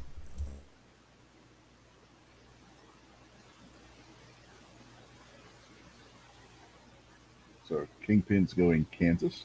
Barbecue? Man, this one's tough. It would have been nice to see one of these over to take on Pink Floyd first, just because I feel like that side of the bracket was stacked to have Pink Floyd move on to the finals. I'm not saying that the person that made this bracket up was biased in any way and would be wearing a Pink Floyd shirt while he made the bracket, probably. But hey, anyways,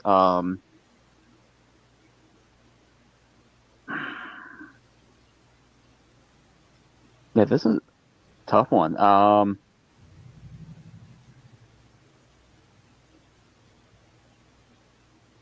You know what? I don't recall ever seeing Trailer Park Boys doing illegal activities to try and go see Kansas live and smoking. I think they smoked marijuana with Rush. So, dang it.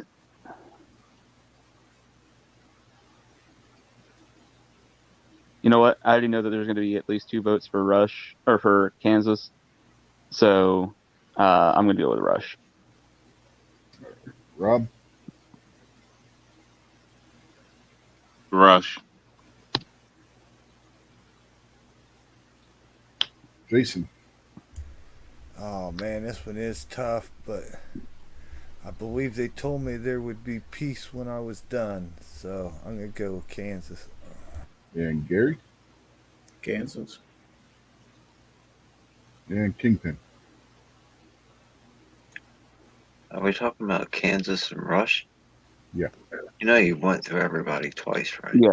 Yeah. Oh, yeah, duh. It's my turn. Yeah. It's my turn because I'm voting Rush, so it's tied. All right, so let me go through the chat here. Kevin Woods votes for Rush. Ozzy votes for Rush. Tim votes for Kansas. Woods votes for Kansas. Krabby votes for Kansas. Tim already voted. Heisei voted for Rush. I think that's everybody. Yeah. And then Woods said Neil P is the best drummer ever. And Kevin said, let's go Rush. Come on. Well, you know what? That doesn't help because it's a tie still. How's it a tie? 3-3 in the chat, 3-3 in the Who's panel. a 3 for Rush? 3 for Rush or Kev, Who are- Ozzy, and Hisa. Yeah, Kev, Ozzy, and Heisei both all voted for Rush. And Tim S., PNW Woods, and Krabby all voted for Kansas. So we're still tied. All right, I'm going to fix this. Want me to flip a coin? We can put together a super group. Rushes and Rushes versus Pink Floyd. Gizzard. Best Kansas song. Which one is it? Wayward Son or Dust in the Wind? Oh, Wayward Son. All right, let's go around the room. Wayward Son versus Tom Sawyer. To decide this one. I would pick Tom Sawyer. I would pick Wayward Son.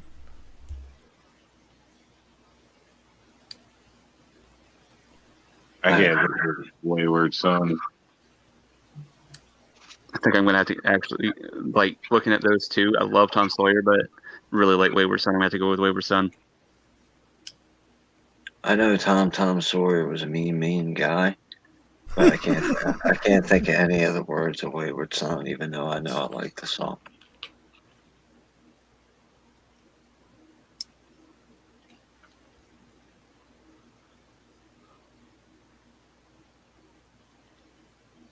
I think we should just flip a coin at this point. I think we're going to be tied again. Hold on, do we split again? Yeah, I think so. Did Jason vote? Yeah, for Kansas. I think we're Paul. Somebody got a coin. I don't have a coin. Not Yeah, I got a coin. You want me to flip one? Just a second. I got a coin. I'll flip it. Oh, look at that. Pink Floyd wins. no, no, it's got to be flipped on camera. You gotta Really? flip it No, on not- camera. Well, I'll just flip it and tell you what it landed. You associate what you want with it. No, it's got to be on camera. The coin has to be on camera. Yeah, Kevin said do it on Google. Heads I win, tails you lose. Let me see. Can you do a coin flip here? Let me bring it up. Okay, yeah, I can. Okay, Gary's got this. Hold on just a minute here. Let me share my screen. Now, That way you can do it on the screen. Rich Hold on, I White. gotta stop sharing mine. Rich White. This is your channel and your show. You have to pick right now. Heads is what and tails is what. Heads, Rush, tails, Kansas. You ready? Yep, doing flipper. Tails. Tails, Kansas moves on. Yeah. Stacy just texted me and she voted for Kansas. It's legit. Too legit to quit. Democracy in effect right there. So let me bring this back up over here real quick.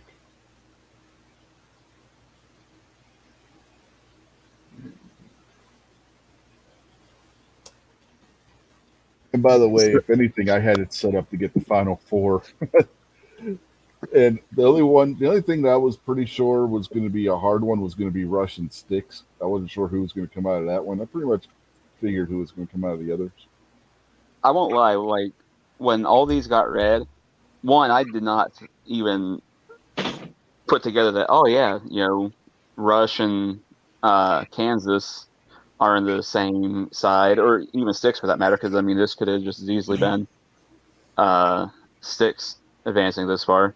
But so then, I would not have ever thought, oh yeah, Rush versus Kansas, that's going to be a hard one. Like, holy cow. To be fair, I own a good deal of Rush's albums too. Probably my second favorite band right after Kansas. So that wasn't that easy of a pick. Yeah, that's put this in perspective. Kansas is probably the band I have seen the most in concert, and I voted for Rush. So, I mean, it wasn't an easy one. It wasn't an easy vote.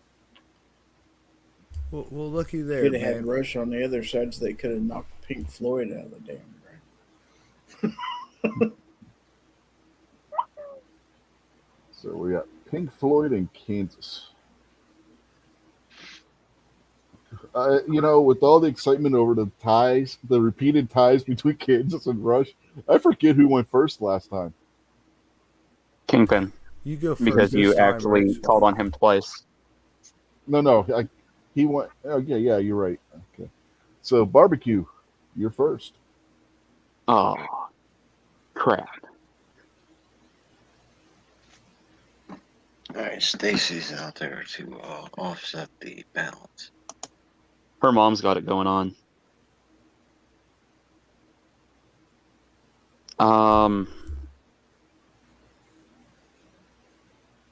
Kev, it's the other way around, man. Yeah, that's not even true.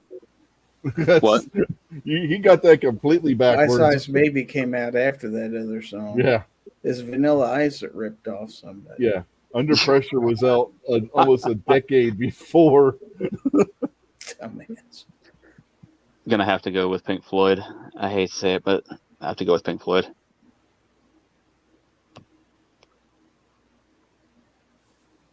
Yeah, it's absolutely backwards. Vanilla Ice is the one that ripped Queen off. Wasn't Queen, was it? It was David Bowie in. It was Queen with David Freddie. Bowie. Okay. It was on both a Queen album and a David Bowie album, but it's officially credited as being Queen with David Bowie.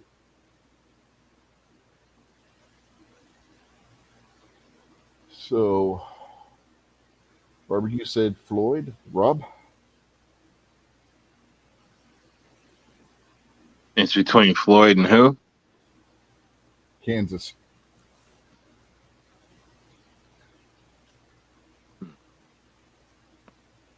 I guess I'll go with Floyd. All right. Jason? Yeah, I think I'll go with Floyd also on this one.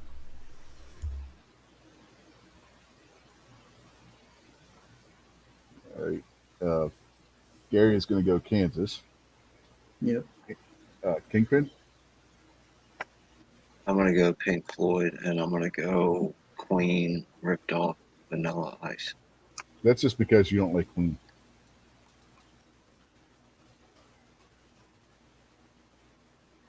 There's the winner. Yay!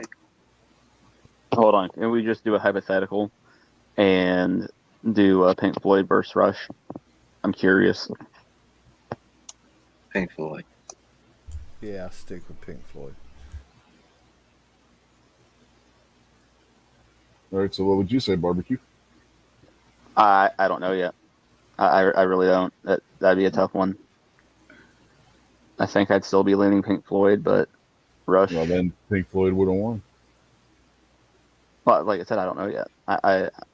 I'm leaning that way, but I would still need time to think. Honestly, Well, I would I would have went Floyd. So I mean, Pink Floyd would have won. Gizzard would have gone Rush for sure. Yeah. Rob, what would you have picked? Between Rush and Floyd? Yep. Probably Rush. Oh, snap. But we already got the audience saying Floyd, so yeah, Pink Floyd would have won. So Rigged any way you count it. Good, they can listen to that crap, and I'll go in my corner and listen to Kansas.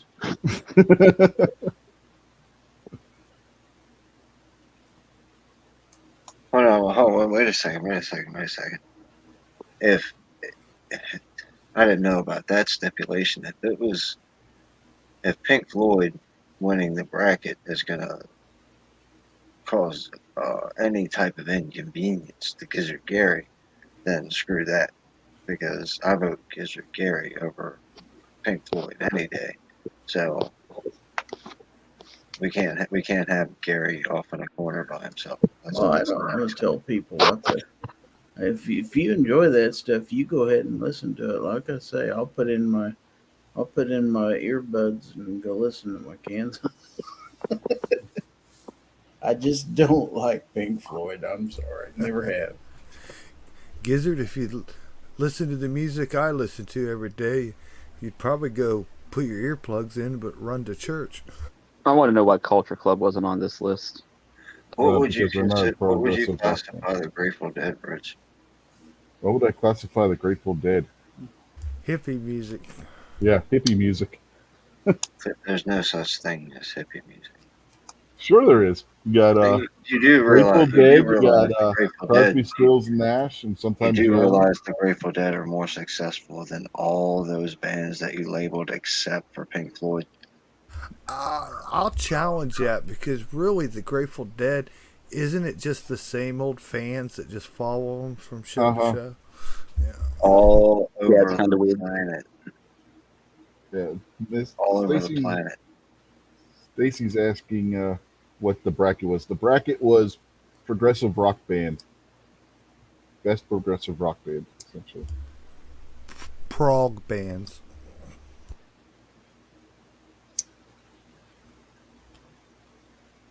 Yeah, when he said Prague, I thought we were talking about some East German bands or something. But you did leave out like Queensryche and stuff like that, which you could put in. Oh, there. thank God.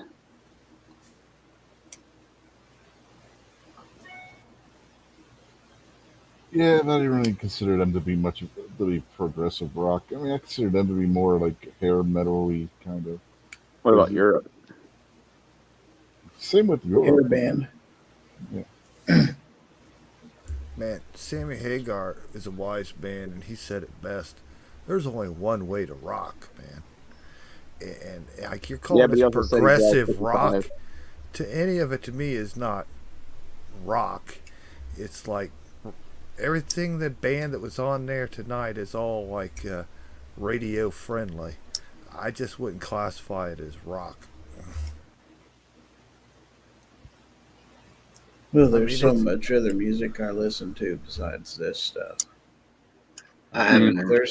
there's hard rock I listen to. You know, I like my Metallica as much as I do anything else. There's some newer stuff I listen to, even some grunge. I mean, let's be real. I like all kinds of music. I have an interesting topic that I'd like to run through the panel if it's okay with everybody, and it can be pretty short. Okay. We all grew up. We're all relatively the same age. I might actually be the youngest one in the group. No, Guns and Barbecue Yeah, probably. barbecue is. He's like 30. Oh, okay. Well, Guns and Barbecues. He may just 32 he may and be a half. just on the fringes, These darn of, millennials. but he's not a moron, so he'll understand. Classic rock always meant something to us. Now, Gary, it may have meant something different to you. All due respect, because you're much older than us, so you were around when it was not considered classic rock. But you Yeah, understand, yeah, it was top 40 back when I was. yeah, They but you years was understand, around like, when it Yeah, was all of our generations, we've understood classic rock to mean something very specific. Now, when you turn on a classic rock station, you hear Pearl Jam, you hear Cult of Personality, you hear Stone Temple Pilots, you hear Offspring. To me, that is very, very disrespectful, and it's very, very wrong. Well, now if you think about it, I mean, for the new generation, that would be classic rock. Well, That's here's my 25 years or older. Here's my question, and you can go first, Rich. What do you classify classic rock as? Do you classify it as something got a certain age and became classic rock? Or is it a genre itself, meaning Steve Miller Band and everything that we're all already used to? I'm going to say it's age. It's based on age. I mean, it's just like when we were kids, the stuff that was 20, 25 years old, that was the oldies. I'm gonna Right. save you. I'm gonna save you for last, Gary. New York Outcast. What do you think? Sorry, what do I think on what? Well, I had one more. I had one more Oh, sentence. I was go going to ahead, say Rich. if the band is old enough to be in the Rock and Roll Hall of Fame, it's classic rock at that point. I don't care about that. So, but Well, that means they've been around for over 25 years, and okay, so I mean, if you hit that mark, yeah, that's classic rock at that point. okay. So I didn't know that. Rob, the question is classic rock a specific genre, or is it a song got old enough now it's classic rock? To me, I always know it as a specific genre. Now, the problem with it being a specific genre is you have specific genres that would be within that. All right, Well, we'll finish. Let me just get to Guns and Barbecue. What do you think? I'm gonna have to go with age. Look at so many other things like classic cars, for example.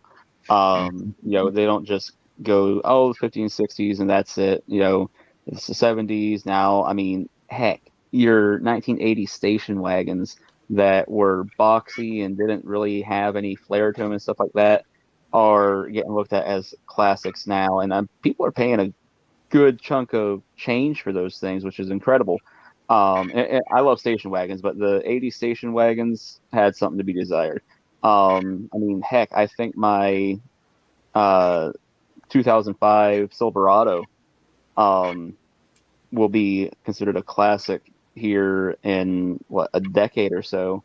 And honestly, if I can keep that thing in decent shape, I could fetch a pretty penny for it because they don't seem to lose value. And, so on the music aspect, I think like anything else, if you want to call it a classic, age is going to be the determining factor in that. All right, how about you, your Jason? point about the cars, barbecue, there are actually Yugo collectors clubs out there. Oh, I know. All right, Uh, go ahead, Jason. I agree with some of your guys' points, but on the topic of considering music and bands, I'm gonna lean more toward it's a genre. Uh, uh, the age does kind of in there, but it doesn't automatically qualify you as classic rock, in my opinion. I mean, a great band back in the day could have had a B side that sucked, and if you heard that song, you don't just automatically, ooh, classic song. You know what I mean? I think the ones that fall into classic rock are popular songs, hit songs. Even one hit wonders. The band may be 40 years old. That Come doesn't on, make them Irene. classic if they just had one hit. So I think it's just the popularity of the song, and I'm just going to go with more as a genre than an automatic given due to age. All right, Gizzard, tell us where we're overall. Well, in the first place, if the Rock and Roll Hall of Fame has anything to do with it, here's a fun fact: Kansas is not a member of the Rock and Roll Hall of Fame. Oh, Believe it. there's a lot of good bands that aren't in the Rock and Roll Hall of Fame, and And that's a that's a travesty. travesty in and among itself, a whole nother subject. So yeah, those people at the Rock and Roll Hall of Fame, that's a big mess. As far as classic rock, I mean, got to realize that shifts. They've been calling the kind of stuff that most of us like, quote unquote, has been classic rock now for years. Probably. And there's been classic rock stations for the last 20 or 30 years, and we've all been listening to those things. And now the phenomenon is that a lot of stuff that we wouldn't have called classic rock is moving into that category because, let's face it, time keeps marching on and people keep getting older, and some of the people we used to consider kids are now in their 30s and 40s, and they want to listen to their quote unquote old stuff. And there's just not enough stations out there probably to handle all the various time groups. So, what's classic rock now is basically anything that's been popular over the last, oh hell, 50 years or better worth of rock. And to be quite honest about it, that's what I listen to on radio most every day. And I turn stuff up when stuff like Kansas comes on. I might turn down Pink Floyd, but everything else, I turn up. Uh, Time out, and Gizzard. if You something like, let's say Nirvana comes on, I still keep that turned up too. So as long as you're not playing Bruno Mars or something like that, we're okay. So anyway, yeah, I still like music of the genre we've been talking about today, but some of the newer stuff I've come to appreciate over the years too. So I understand classic rock, the term changes with the ages. I mean, if radio stations are going to get people all the way from their 30s, 40s, 50s, 60s, 70s to all listen to the same music, they're going to have to put them all on there. So, and I guess by and large, it's working because otherwise, the older songs would have dropped off, but that's not happening either. I mean, I listen to classic rock all the time. You'll have stuff from the late 60s all the way to something that's maybe 15, 20 years old on there. So I'm all right with it.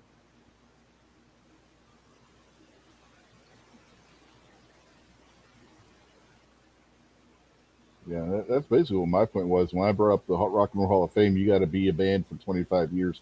So I was just using that as an example for age, which basically, you know, it was And just what's funny is a lot of these bands we're talking about today are still touring yeah, now, albeit with some member changes. I mean, obviously, Rush has lost, somebody. Their band Kansas has had two or three retire and replaced them and kept, they're still making music today.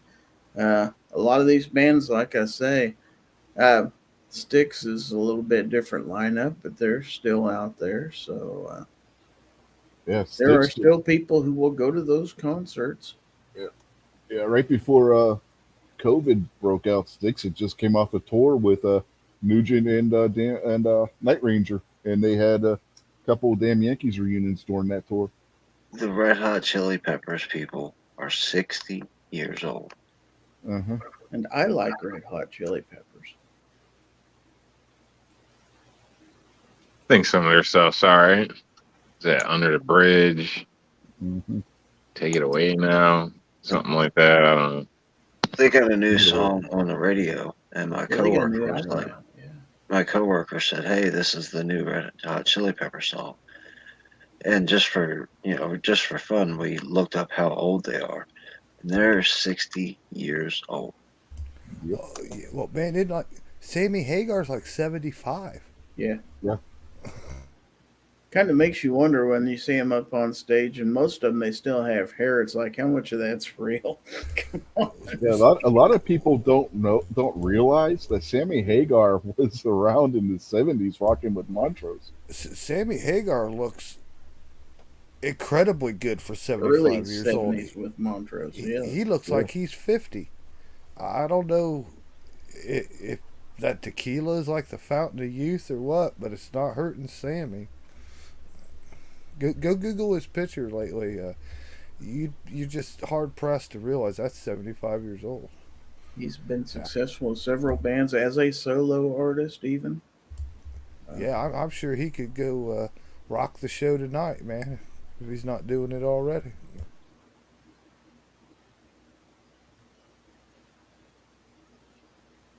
Going out doing his kung fu karate kicks. I'm just glad I got to grow up seeing a lot of these bands, on TV and stuff, some of them live. And like I say, I had the experience a lot of you didn't have of growing up listening to a lot of this stuff. And it was a great age as far as music. It was kind of you had this and disco going on at the same time. So you kind of had to navigate the radio a little bit. But there was still some pretty good rock came out in the 70s. And all through the 80s too. I mean, there's always different kind of music, but this stuff, just about all these bands that were on this list today, on this bracket, were, music probably go on forever because it was just great music. And I don't know if some of the music that's made today, is it going to be around in 50 or 60 years? I don't know. Yeah, I don't know. right. It's all the same. I mean, the music today, it's all the same crap. Literally, I mean, you put on one of those women rappers, I couldn't tell you which one's which. They all sound alike. Van Hagar or Van Halen? Rich, Van go. Halen. Jason, go. If we're I talking, didn't. What was the are we question? talking Van Hagar as in with Sammy Hagar and Van Halen with David Lee Roth, or are we saying that even with Sammy Hagar it was Van Halen? Just to clarify. When Sammy Hagar took over as the lead for Van Halen, I call that Van Hagar. Before that, it's Van Halen. So Okay. David Lee Roth era is Van All right, Halen. I stick with the Van Halen answer then. All right, Jason, go ahead. Man, that's a controversial question, man. Some people take that to heart. Some people out there I know personally take offense to Van Hagar. But in my heart, I liked Van Halen better, I believe. Even though Sammy and 5150 and OU 812 and all those albums were great. And probably better musically written or lyrics written and different themed to songs. I think Sammy and them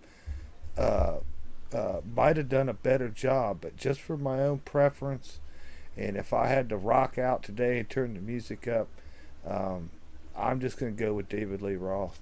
Yeah, Van Halen was a more mature band with Hagar, but man, I've always just loved the sound with David Lee Roth.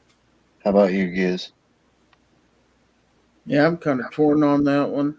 I got to agree with everybody. I mean, Hagar probably brought some maturity to the band. Also, at least he could play a damn instrument. David Lee Roth was a personality full of himself, but my God, the guy could sing. and that's all they ever had him do. That and be a front man on stage, but they were really gelled during those first few years. And that music, I mean, that's most of what you hear on the radio is the older stuff. And justifiably so. It's pretty damn, it was good then, it's still good now. So, yeah, if I had to make a choice, I'd go with the older stuff pre Hagar, although I hate to. Barbecue.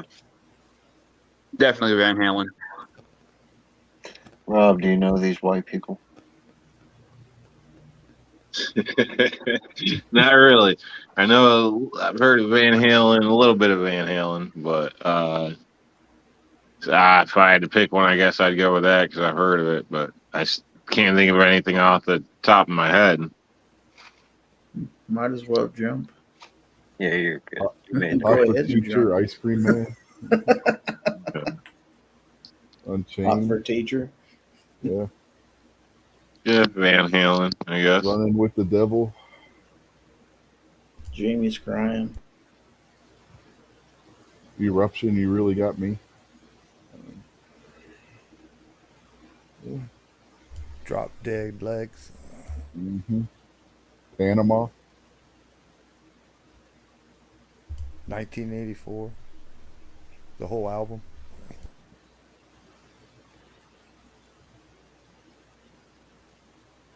Am I the only one back then that got tired of hearing Jump on the radio all the time?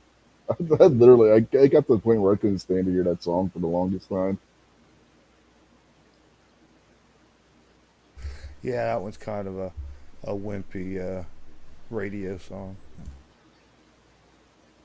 What was that song where it was like, I want my MTV? Oh, Money for Nothing, Dire Dire Straits. Straits. Yeah. Okay, checked for Yeah, free. they censored the hell out of that song now. Okay, here's a good one. Do you guys remember the very first song, first band that you ever saw on MTV? Fuck no. I do. No. I've always remembered it. I don't remember the conversation we were having 5 The minutes Bugler. ago.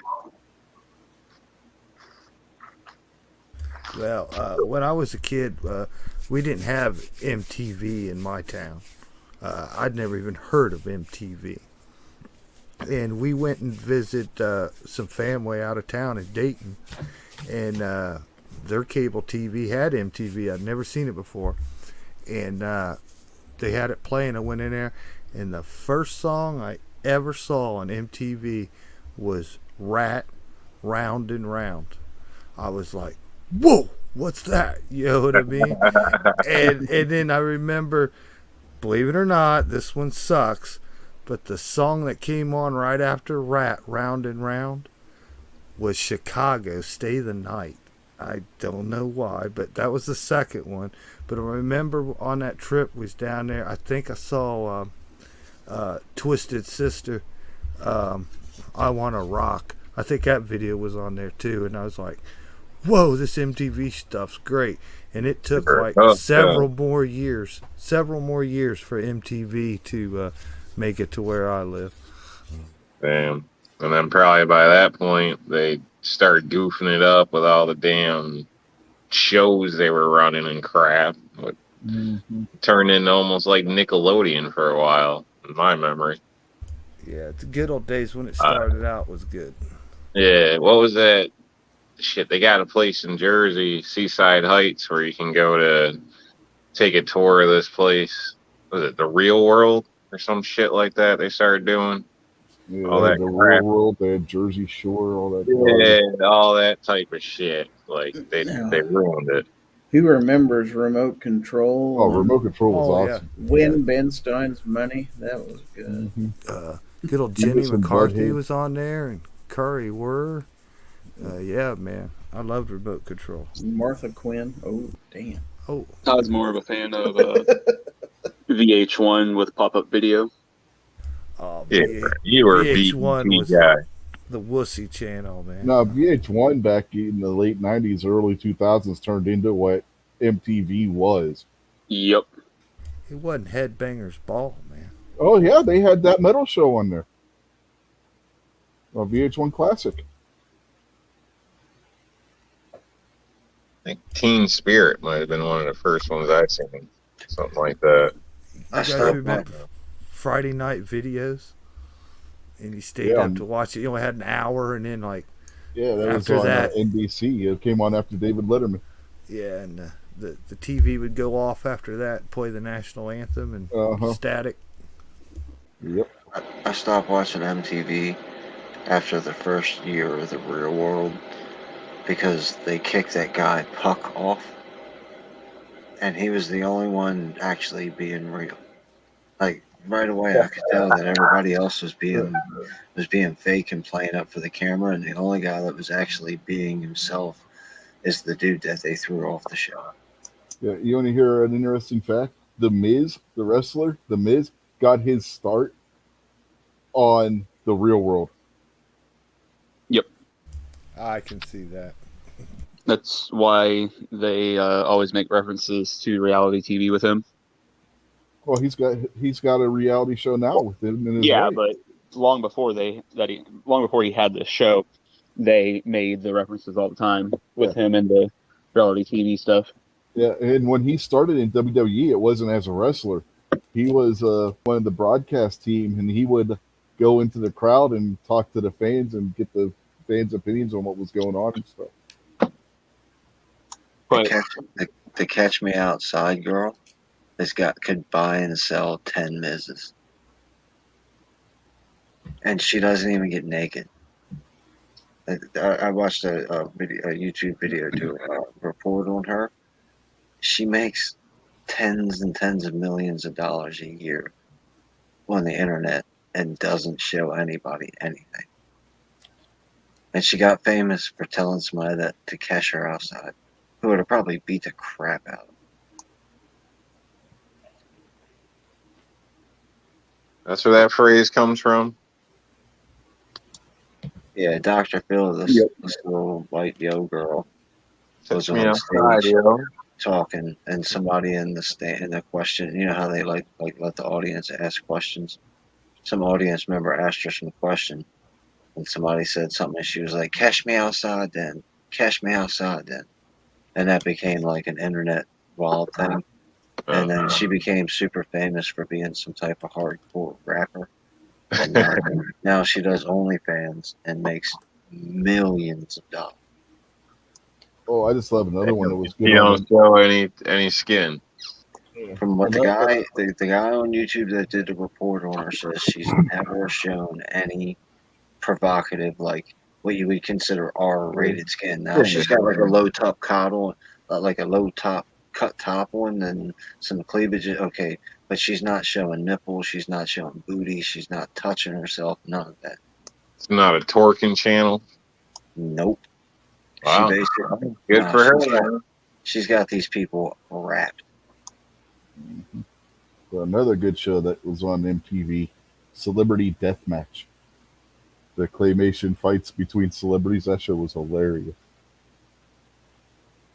Don't you see, Didn't they do like some political shit with that too now and then? Yeah.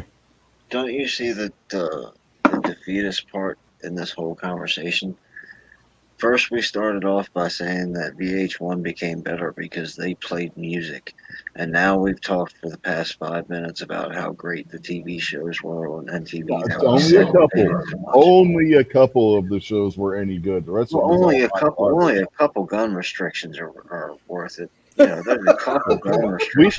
said, now come on now, let's be honest. We said Remote Control, He's got Beavis and Butthead, Celebrity Deathmatch, and maybe one other one that I don't remember. Hey, were if you good. make room The for rest remote of it was control, all trash. if you make room for remote control, you might as well make room for the 4473. And if you make room for Jersey Shore, you might as well make room for a registration. Hey man, what Beavis and Butthead on MTV? If you make Yeah, room it's for good. Beavis and Butthead, you might as well make room for serialized ammunition. And I like Beavis and Butthead. I did like it, but we accepted it, so they kept doing it. Well, you That's do why they realize kept doing it. MTV always had TV shows on there because back when MTV was starting out, they used to show reruns of the Monkees on there. Well, also back when MTV started, nobody made videos. They had to beg people to make Oh no, there were videos. already people making music videos before MTV was a thing. Right, That's why yeah, they brought MTV Weird down. Al Yankovic. and they were selling them on cassette tapes out of their group You on remember HBO? They had the infomercials. video. No, there was other. jukebox No, stuff there in was other between video movies. shows before MTV was a thing. Kingpin.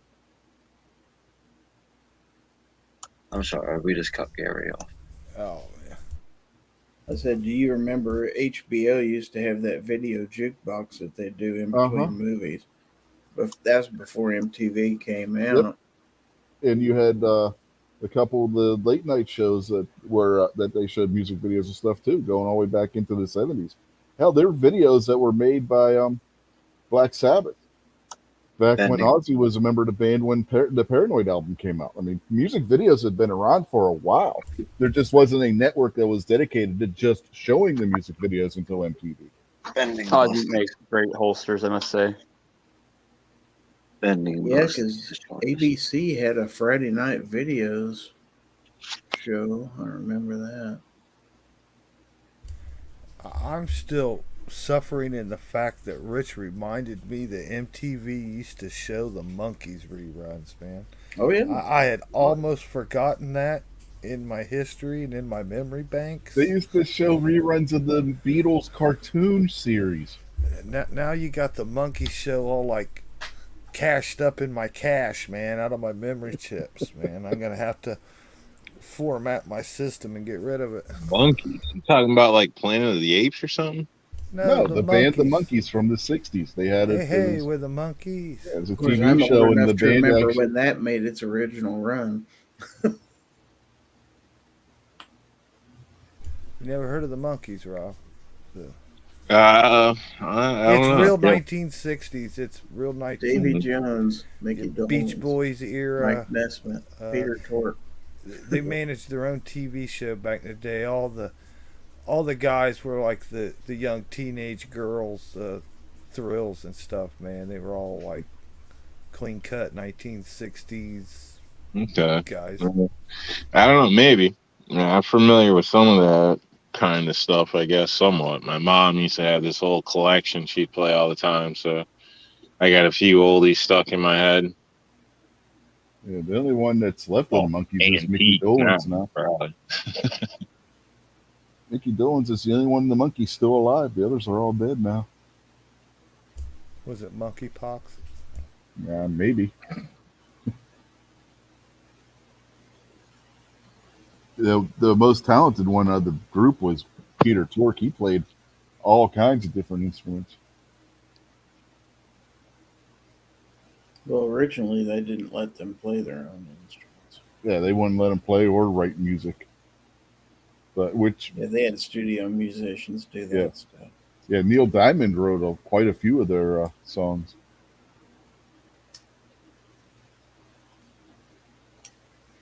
But Peter Tork was a musician before that. I mean, he was a session musician, and one of the things that he regretted was the fact that they wouldn't let him play, even though they knew that he was a session musician. They wouldn't let him play on any of the albums or anything. They're like the original Milli Vanilli. Well, that was a common thing back in the '60s. Well, yeah, and I'm already well established, and I think I've told everybody that listen that you're okay with cheating.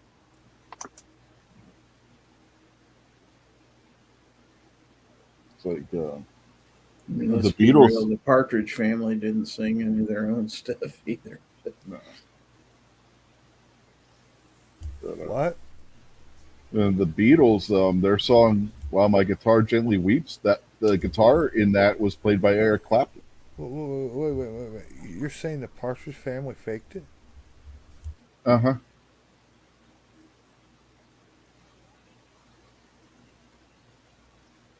Oh, I'm sorry, man. I just had like a heart murmur or something. I didn't know that. Yeah, the only one of them that was musically had any kind of musical talent was David Cassidy. Yeah.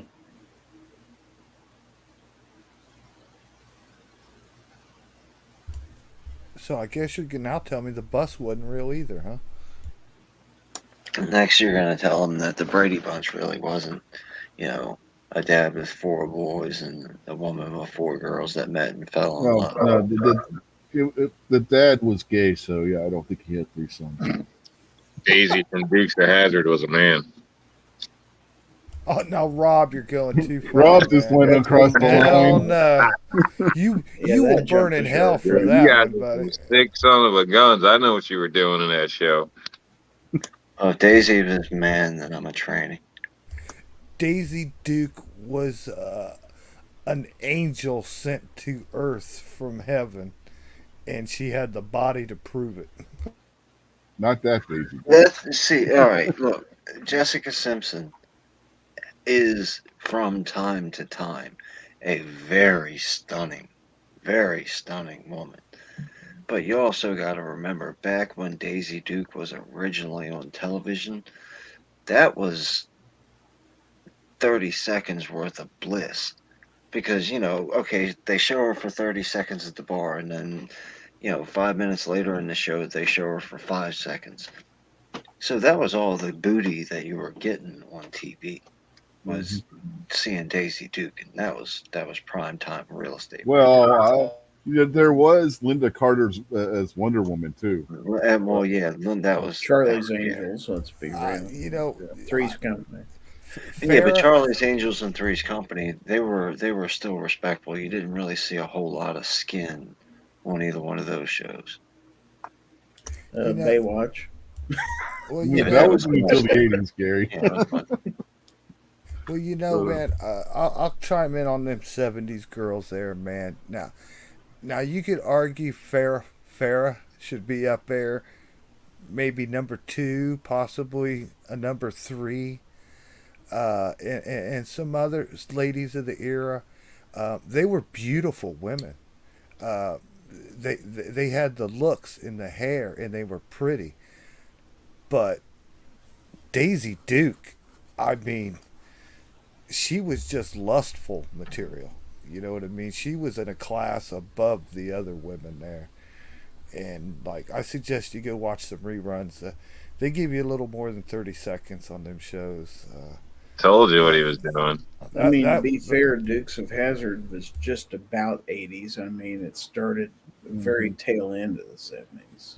Yeah, but 79. But I can tell you that in my day, just about every guy I know had that Farrah Fawcett swimsuit poster on there. Oh, go to hell! I had the iron on my T-shirt. But what I was getting at, Farrah was pretty, but she was a little thing. You know what I mean? She was a little thing, but Daisy Duke just had it all over, man. Just like a perfect example. Hey, man, can't knock Linda Carter, man. Come on. Don't forget Bo Derek. Oh well, yeah, Bo Derek, but I She's a still 10, go with you know. Daisy. Come on, man.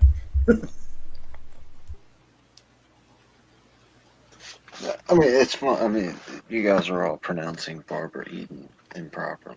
No, that was 60s, Kingpin. We're talking 70s, man. It doesn't matter. Well, let's put the let's just put the test of time. to There's your this. next bracket we could do, right? Yeah. What? Yeah. Yeah, right. All these Figure out- different TV babes. Figure out how many hot women from TV history need to go up against Barbara Eden. Barbara Eden did give you a lot to look at. You could do girls that are in professional shooting too. Keep it gun related. It might bring some attention to some as well. What did Kev do that? Got to have a picture by the bracket. Ozzy deleted like a bunch of his comments. What was point was you making, Rob? I was saying, do a bracket like that, but of the,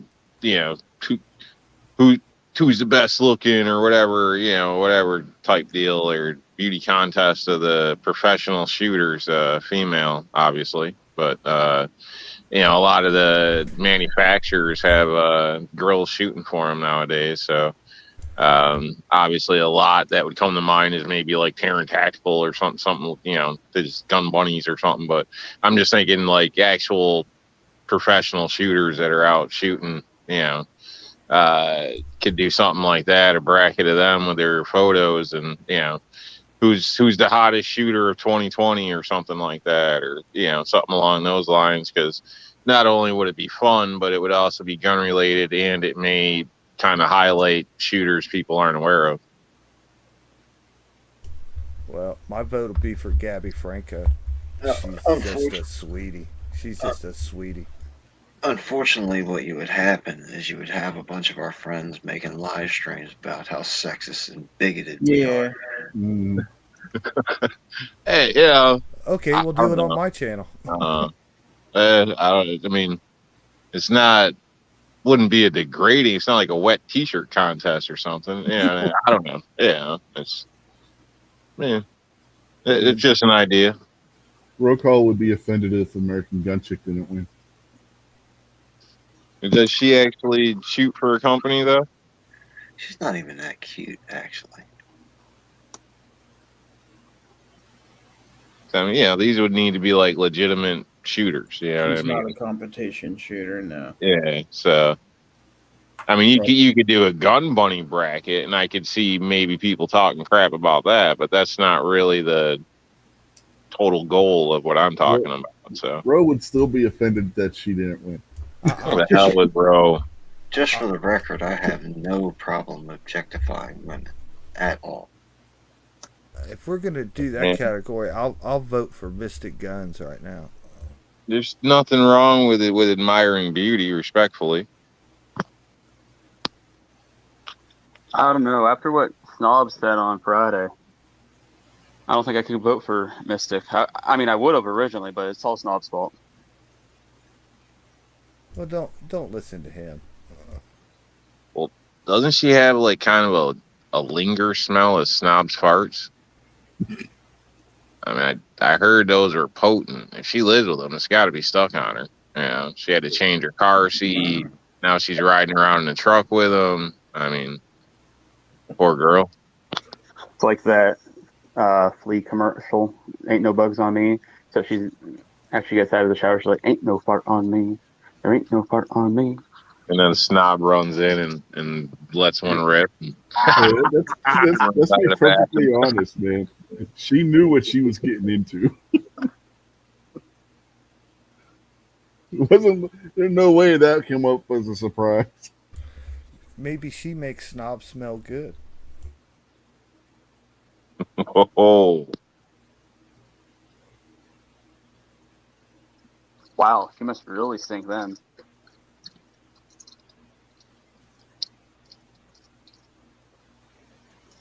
That was harsh, Jason.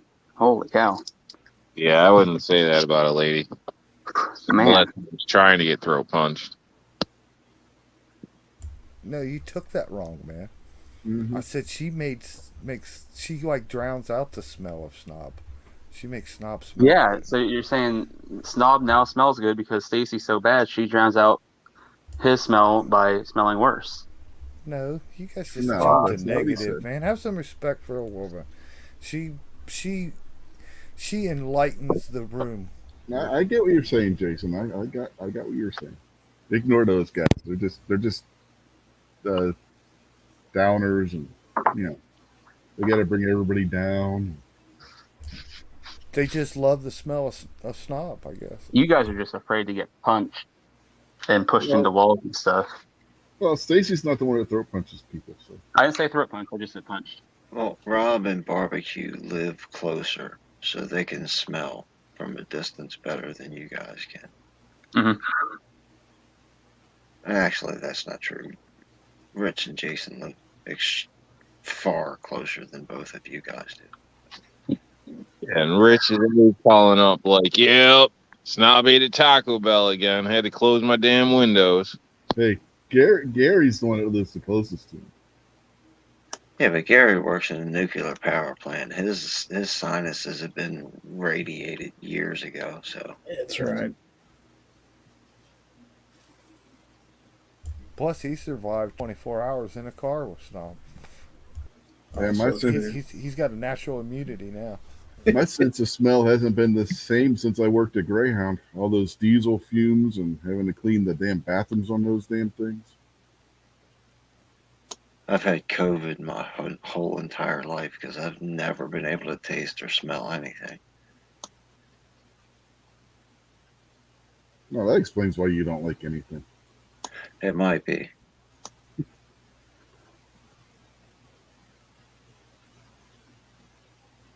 Okay, I'm going to sleep. You guys have a great night.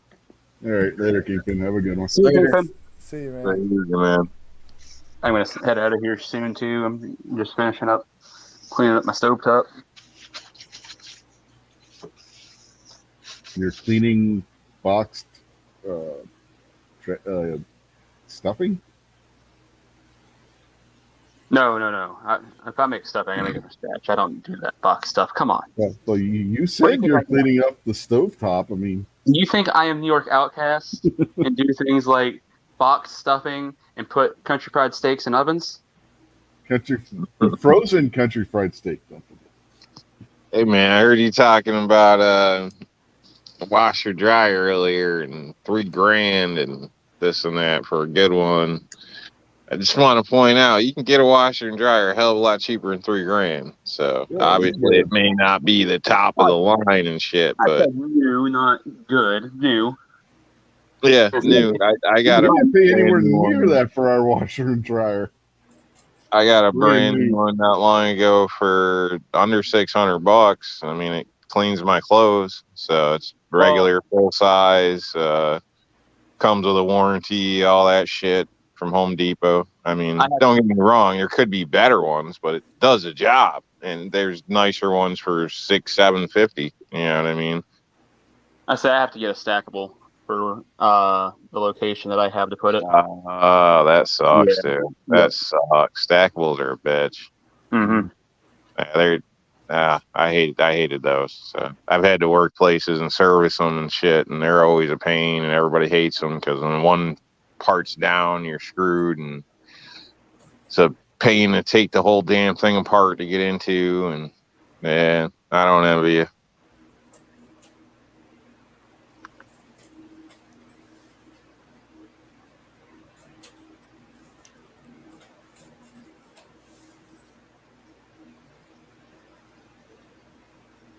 Yeah, it kind of sucks that they charge so much more. And stackables are like if you need a small stove, like they're just as much as a regular size stove. In some cases, even more. So it's kind of shitty. It's almost like a baby pair of Jordans for babies are like 100 and some odd bucks. Like there's like this much shoe there. You know what I mean? Like what the hell are you really paying for? Or some of these girls like the bathing suits and shit. Like there's like no fabric there and they want $75. There's nothing there. Like some of this stuff blows my mind with the way things are priced. Well, let me just be the first to tell you right now. Appliances are going to be in short supply, and the price is going to go up. Whirlpool's going out of business. Is that because their friggin' And Whirlpool washer and dryers were exploding? Whirlpool is. They also have KitchenAid products. They're closed down the plants here. They've been struggling for years with lawsuits because I think it's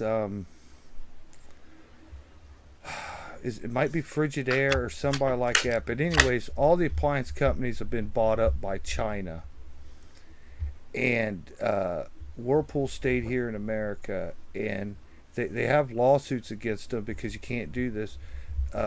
Some of those companies have been selling you washer and dryers right now at a loss. They've been selling them and pricing them below what it actually costs for them to manufacture them. And they're doing that in the market to kill companies like Whirlpool. There's laws against that, but they've gotten away with it so long that the damage is done. And Whirlpool's on its way out. Well, it would help if Whirlpool didn't make a dryer that literally exploded and put a giant hole in your wall. Yeah, I know they're bad. I know the people that works in buildings, man.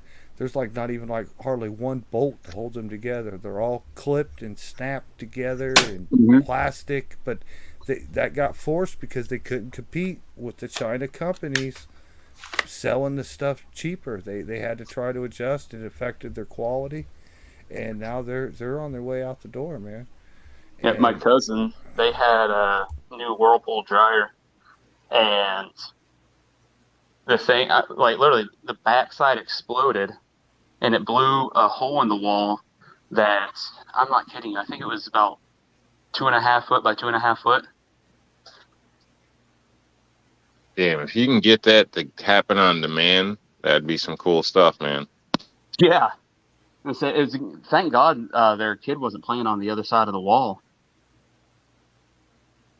Because on the other side of the wall was the playroom. Like, oh, we're getting robbed. Start the washer and hit the red button. Yeah.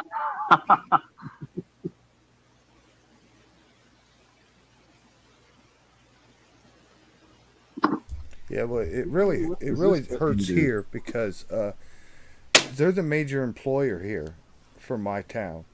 Have been for 40 years or more.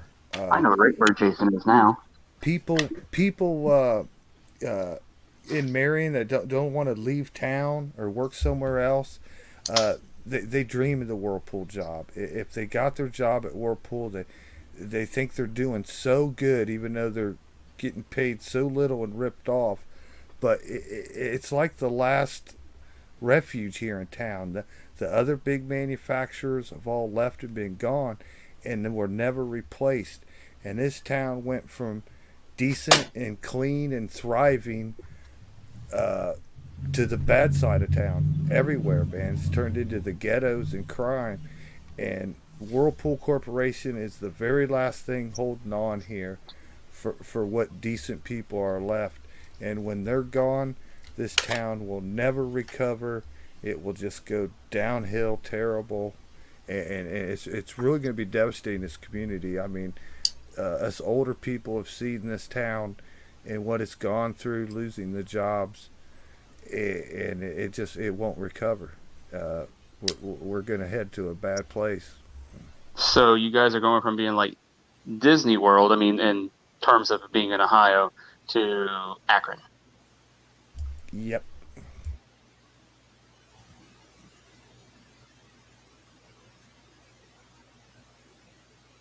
The major downfall of this town was the power shovel, Dresser Industries.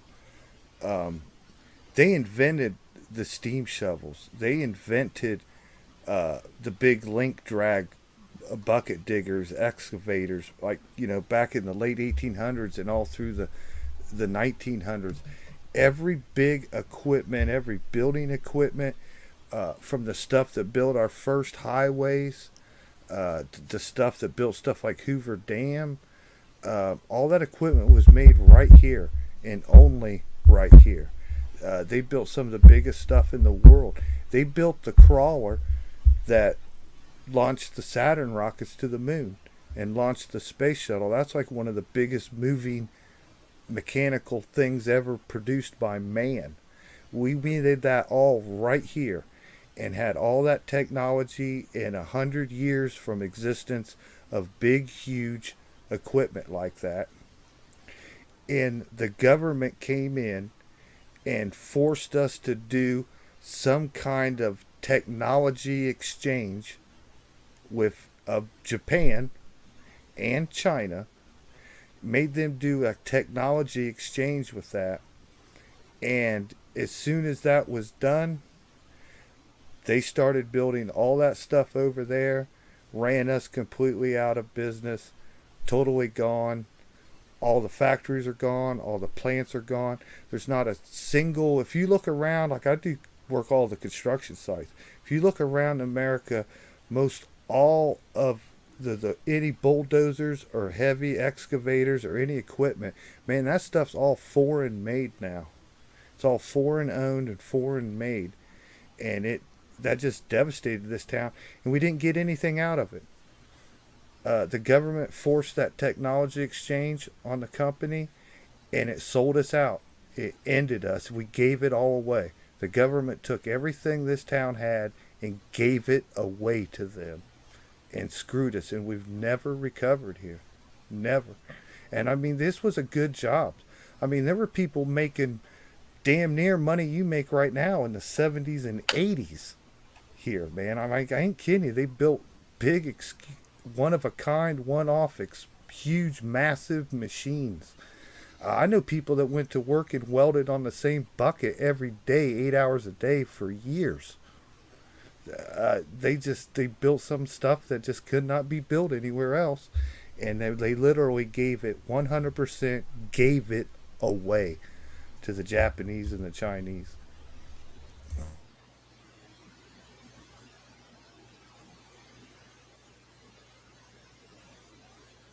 It's like what they did to the steel industry, which almost destroyed Pittsburgh.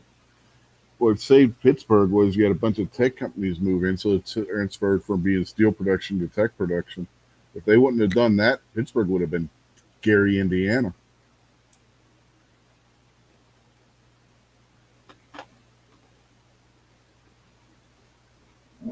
Alrighty, I gotta jump out of here, guys. You have a good night. See ya. Right. All right, dude. You say Gary, Indiana, like Gary's bad or something. Gary ain't all that bad, man. No, not that Gary. Different, totally He ain't different like Gary. hit on your lady, but he ain't all that bad. Totally different Gary, Rob. Gary, Indiana is like suburban Chicago area. Yeah, I've been there. Like Gary used to be a thriving city on the steel industry, just like Pittsburgh was. But Gary didn't have, when the steel industry started getting shut down because Japanese steel was cheaper. There was no other companies that moved into the area and saved Gary. So Gary, Indiana turned into a shithole. Whereas Pittsburgh, you had the tech companies move in, and that kept the city afloat.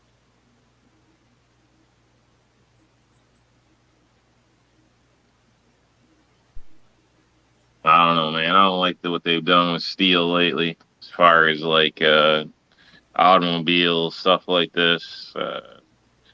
Got a associate, I guess, that works at a steel plant, and apparently the automakers buy I forgot what the terms are, but buy like I don't know, like a pure steel from them, and they end up melting it in with the recycled metal to make it strong enough to hold form, because I guess it won't, like the tension or something will hold to, curves, things like that. I don't know. So basically, the way it's described is the stuff the auto manufacturers are using. The shit's so cheap, they got to splice a little bit of good shit in there just so it's good enough to pass by, which might explain why if you lean on a modern car, you'll damn near dent the damn thing. Like, it's amazing. Like, can remember, like, sitting on my mom's, like, out of my mom's place, boat launch, just hanging out, sitting on my car without ever even considering it. Nowadays, shit, somebody sits on somebody's car, like, that's a fight. Like, what are you doing? Like, it's pretty crazy, man.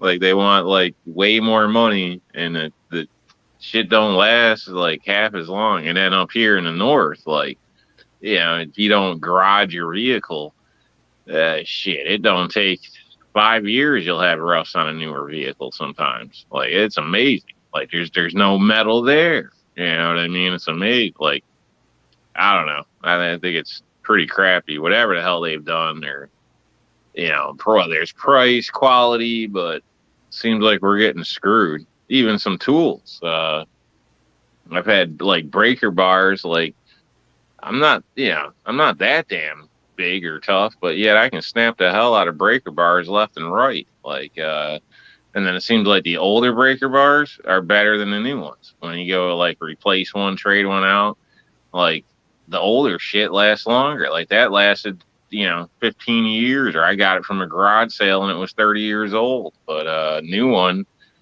I'll be lucky to get through 2 years without breaking the damn thing. I don't know what the hell the deal is, but it's just seems like they shit's gotten cheap basically. I don't know, but not price wise, but quality wise. China steel and American steel. Even auto parts, like look, ball joints, all that type of stuff. Like a lot of times, like shit, you'd get a car that you didn't even know that part existed until it broke. Now you got to change shit out every 2-3 years. It seems like it's crazy.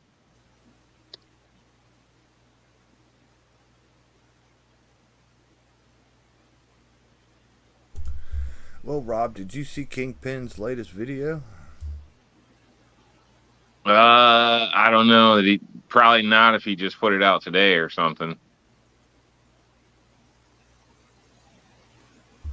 It's a pretty good video, man. He had a lot of nice things to say about you and I. Oh, damn. Yeah, I try to go back. I've been pretty much out of town most of the day, so went out to a friend's place, hung out for a while, so been a little bit, so just caught up a little bit on old times. Got to shoot a little bit up there. You don't want to be on camera. He's always like that, so. But played with his gun for a little bit, so that was fun. FNS 40, so pretty nice. You guys familiar with him at all, or? I never shot one, but I've seen him. Yeah, I didn't ask what he paid. I probably should have. But yeah, I like it.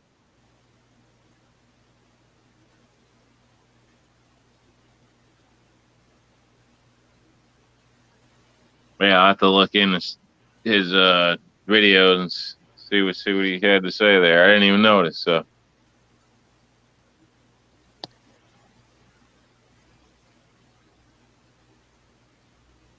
anybody in the chat got any experience with that FNS 40? Not me. I contemplated buying one, but I ended up buying something else. I forget what. But they're not a bad gun. I shot one at the range. It was decent. I think I got, instead of getting that, I got my P10C, if I remember right. Any idea what price point is on that? It was about, at the time, about $450, I think, is what it was. It was in the same price range as what my P10C was. I was gonna say they're in the $500 to $600 range. Okay, so basically a Smith & Wesson Glock, something like that, right around that price range. Yeah, somewhere around there. Hmm. Yeah, they might have one that's got like a threaded barrel or something, cost a little more, but yeah, I guess you call them like a medium price. Yeah, I like the grip on it. Like it's kind of, guess, aggressive, you can say. But I know some people say with the grips that are too aggressive, it hurts your hand over time or something. But I didn't see any issue at all. It seemed kind of nice. Like as soon as you grabbed on, he kind of locked in pretty good. Just doing a quick like grab and draw up. I had to like tilt my wrist a little bit, I guess. Like I was off. Like, I didn't naturally line up perfect on sight. So, but it's not my gun. So I guess, if I got used to holding it, I would probably come up to the right spot, I would think, after some time. But yeah, all in all, I thought it was pretty decent. So, I didn't really get to find out if he's had many problems. He said he hasn't shot it much because of all this ammo stuff lately and cost of everything. So, and he's having trouble even finding ammo out in his area. So we did talk about that a little bit. So, because I was telling him, around here you can find some stuff, but you ain't gonna like the price. And he was saying, yeah, around his way, you can't even really find anything yet. So let alone can you afford it. So Yeah. Well, we've been going for about 3 hours now, so I think it's time to call it. I don't want to do another 4 hour plus, like last night. So, Jason, you got anything you want to say to wrap this show up? Man, great to hang out with you guys this evening, man. Had a lot of fun. Uh, Go check out Kingpin's new video. Krabby threw a link out there, man. I was humbled by his kind words. I haven't made a comment on there yet, but I've talked to David personally, so thanking him, and you guys go watch it out. Cause Rob, he gave you a shout out, gave me a shout out on his video series. We all know Kingpin, man. We know what kind of person he is, who he is. But I was just kind of humbled when he put us in his video, man. So everybody go give it some views, some thumbs up, and I'm sure he'll have another video out shortly with some more good people. So I'll just plug his stuff and get to see everybody's on the chat. Gizzard Gary, Rob, Rich. I just enjoy it, man. Thank you guys all so much. Yeah. Well, thank you for jumping on and being the co-host of the show. So, well, you, Gary, anything you want to say before we get out of here? Oh, sure. Why not? Let's see. Thanks to everybody who watched my show this morning and who watched this tonight, sat through it. Sorry, an American band didn't win, but we tried. Let's see. Foul Territory Friday nights 9 p.m. Early Bird Chat Sunday mornings 9 a.m. As always, thanks for having me. Give them the bird. See you later. How about you, Rob? I'm just sorry I was late. Thanks for having me. Thanks for joining us, everybody. Thank you, Kingpin. Haven't seen it yet, but I'll definitely check it out. Sounds like it was nice, so I appreciate it. And other than that, get out, get active when you can, people. Eat a salad, have some fun. All right.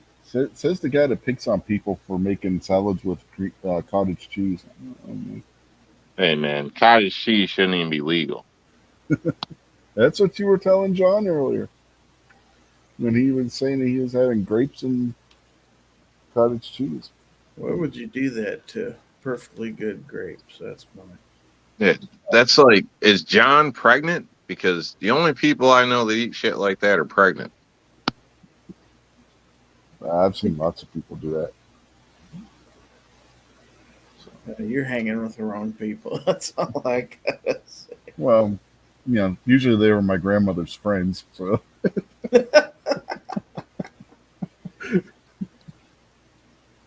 anyway,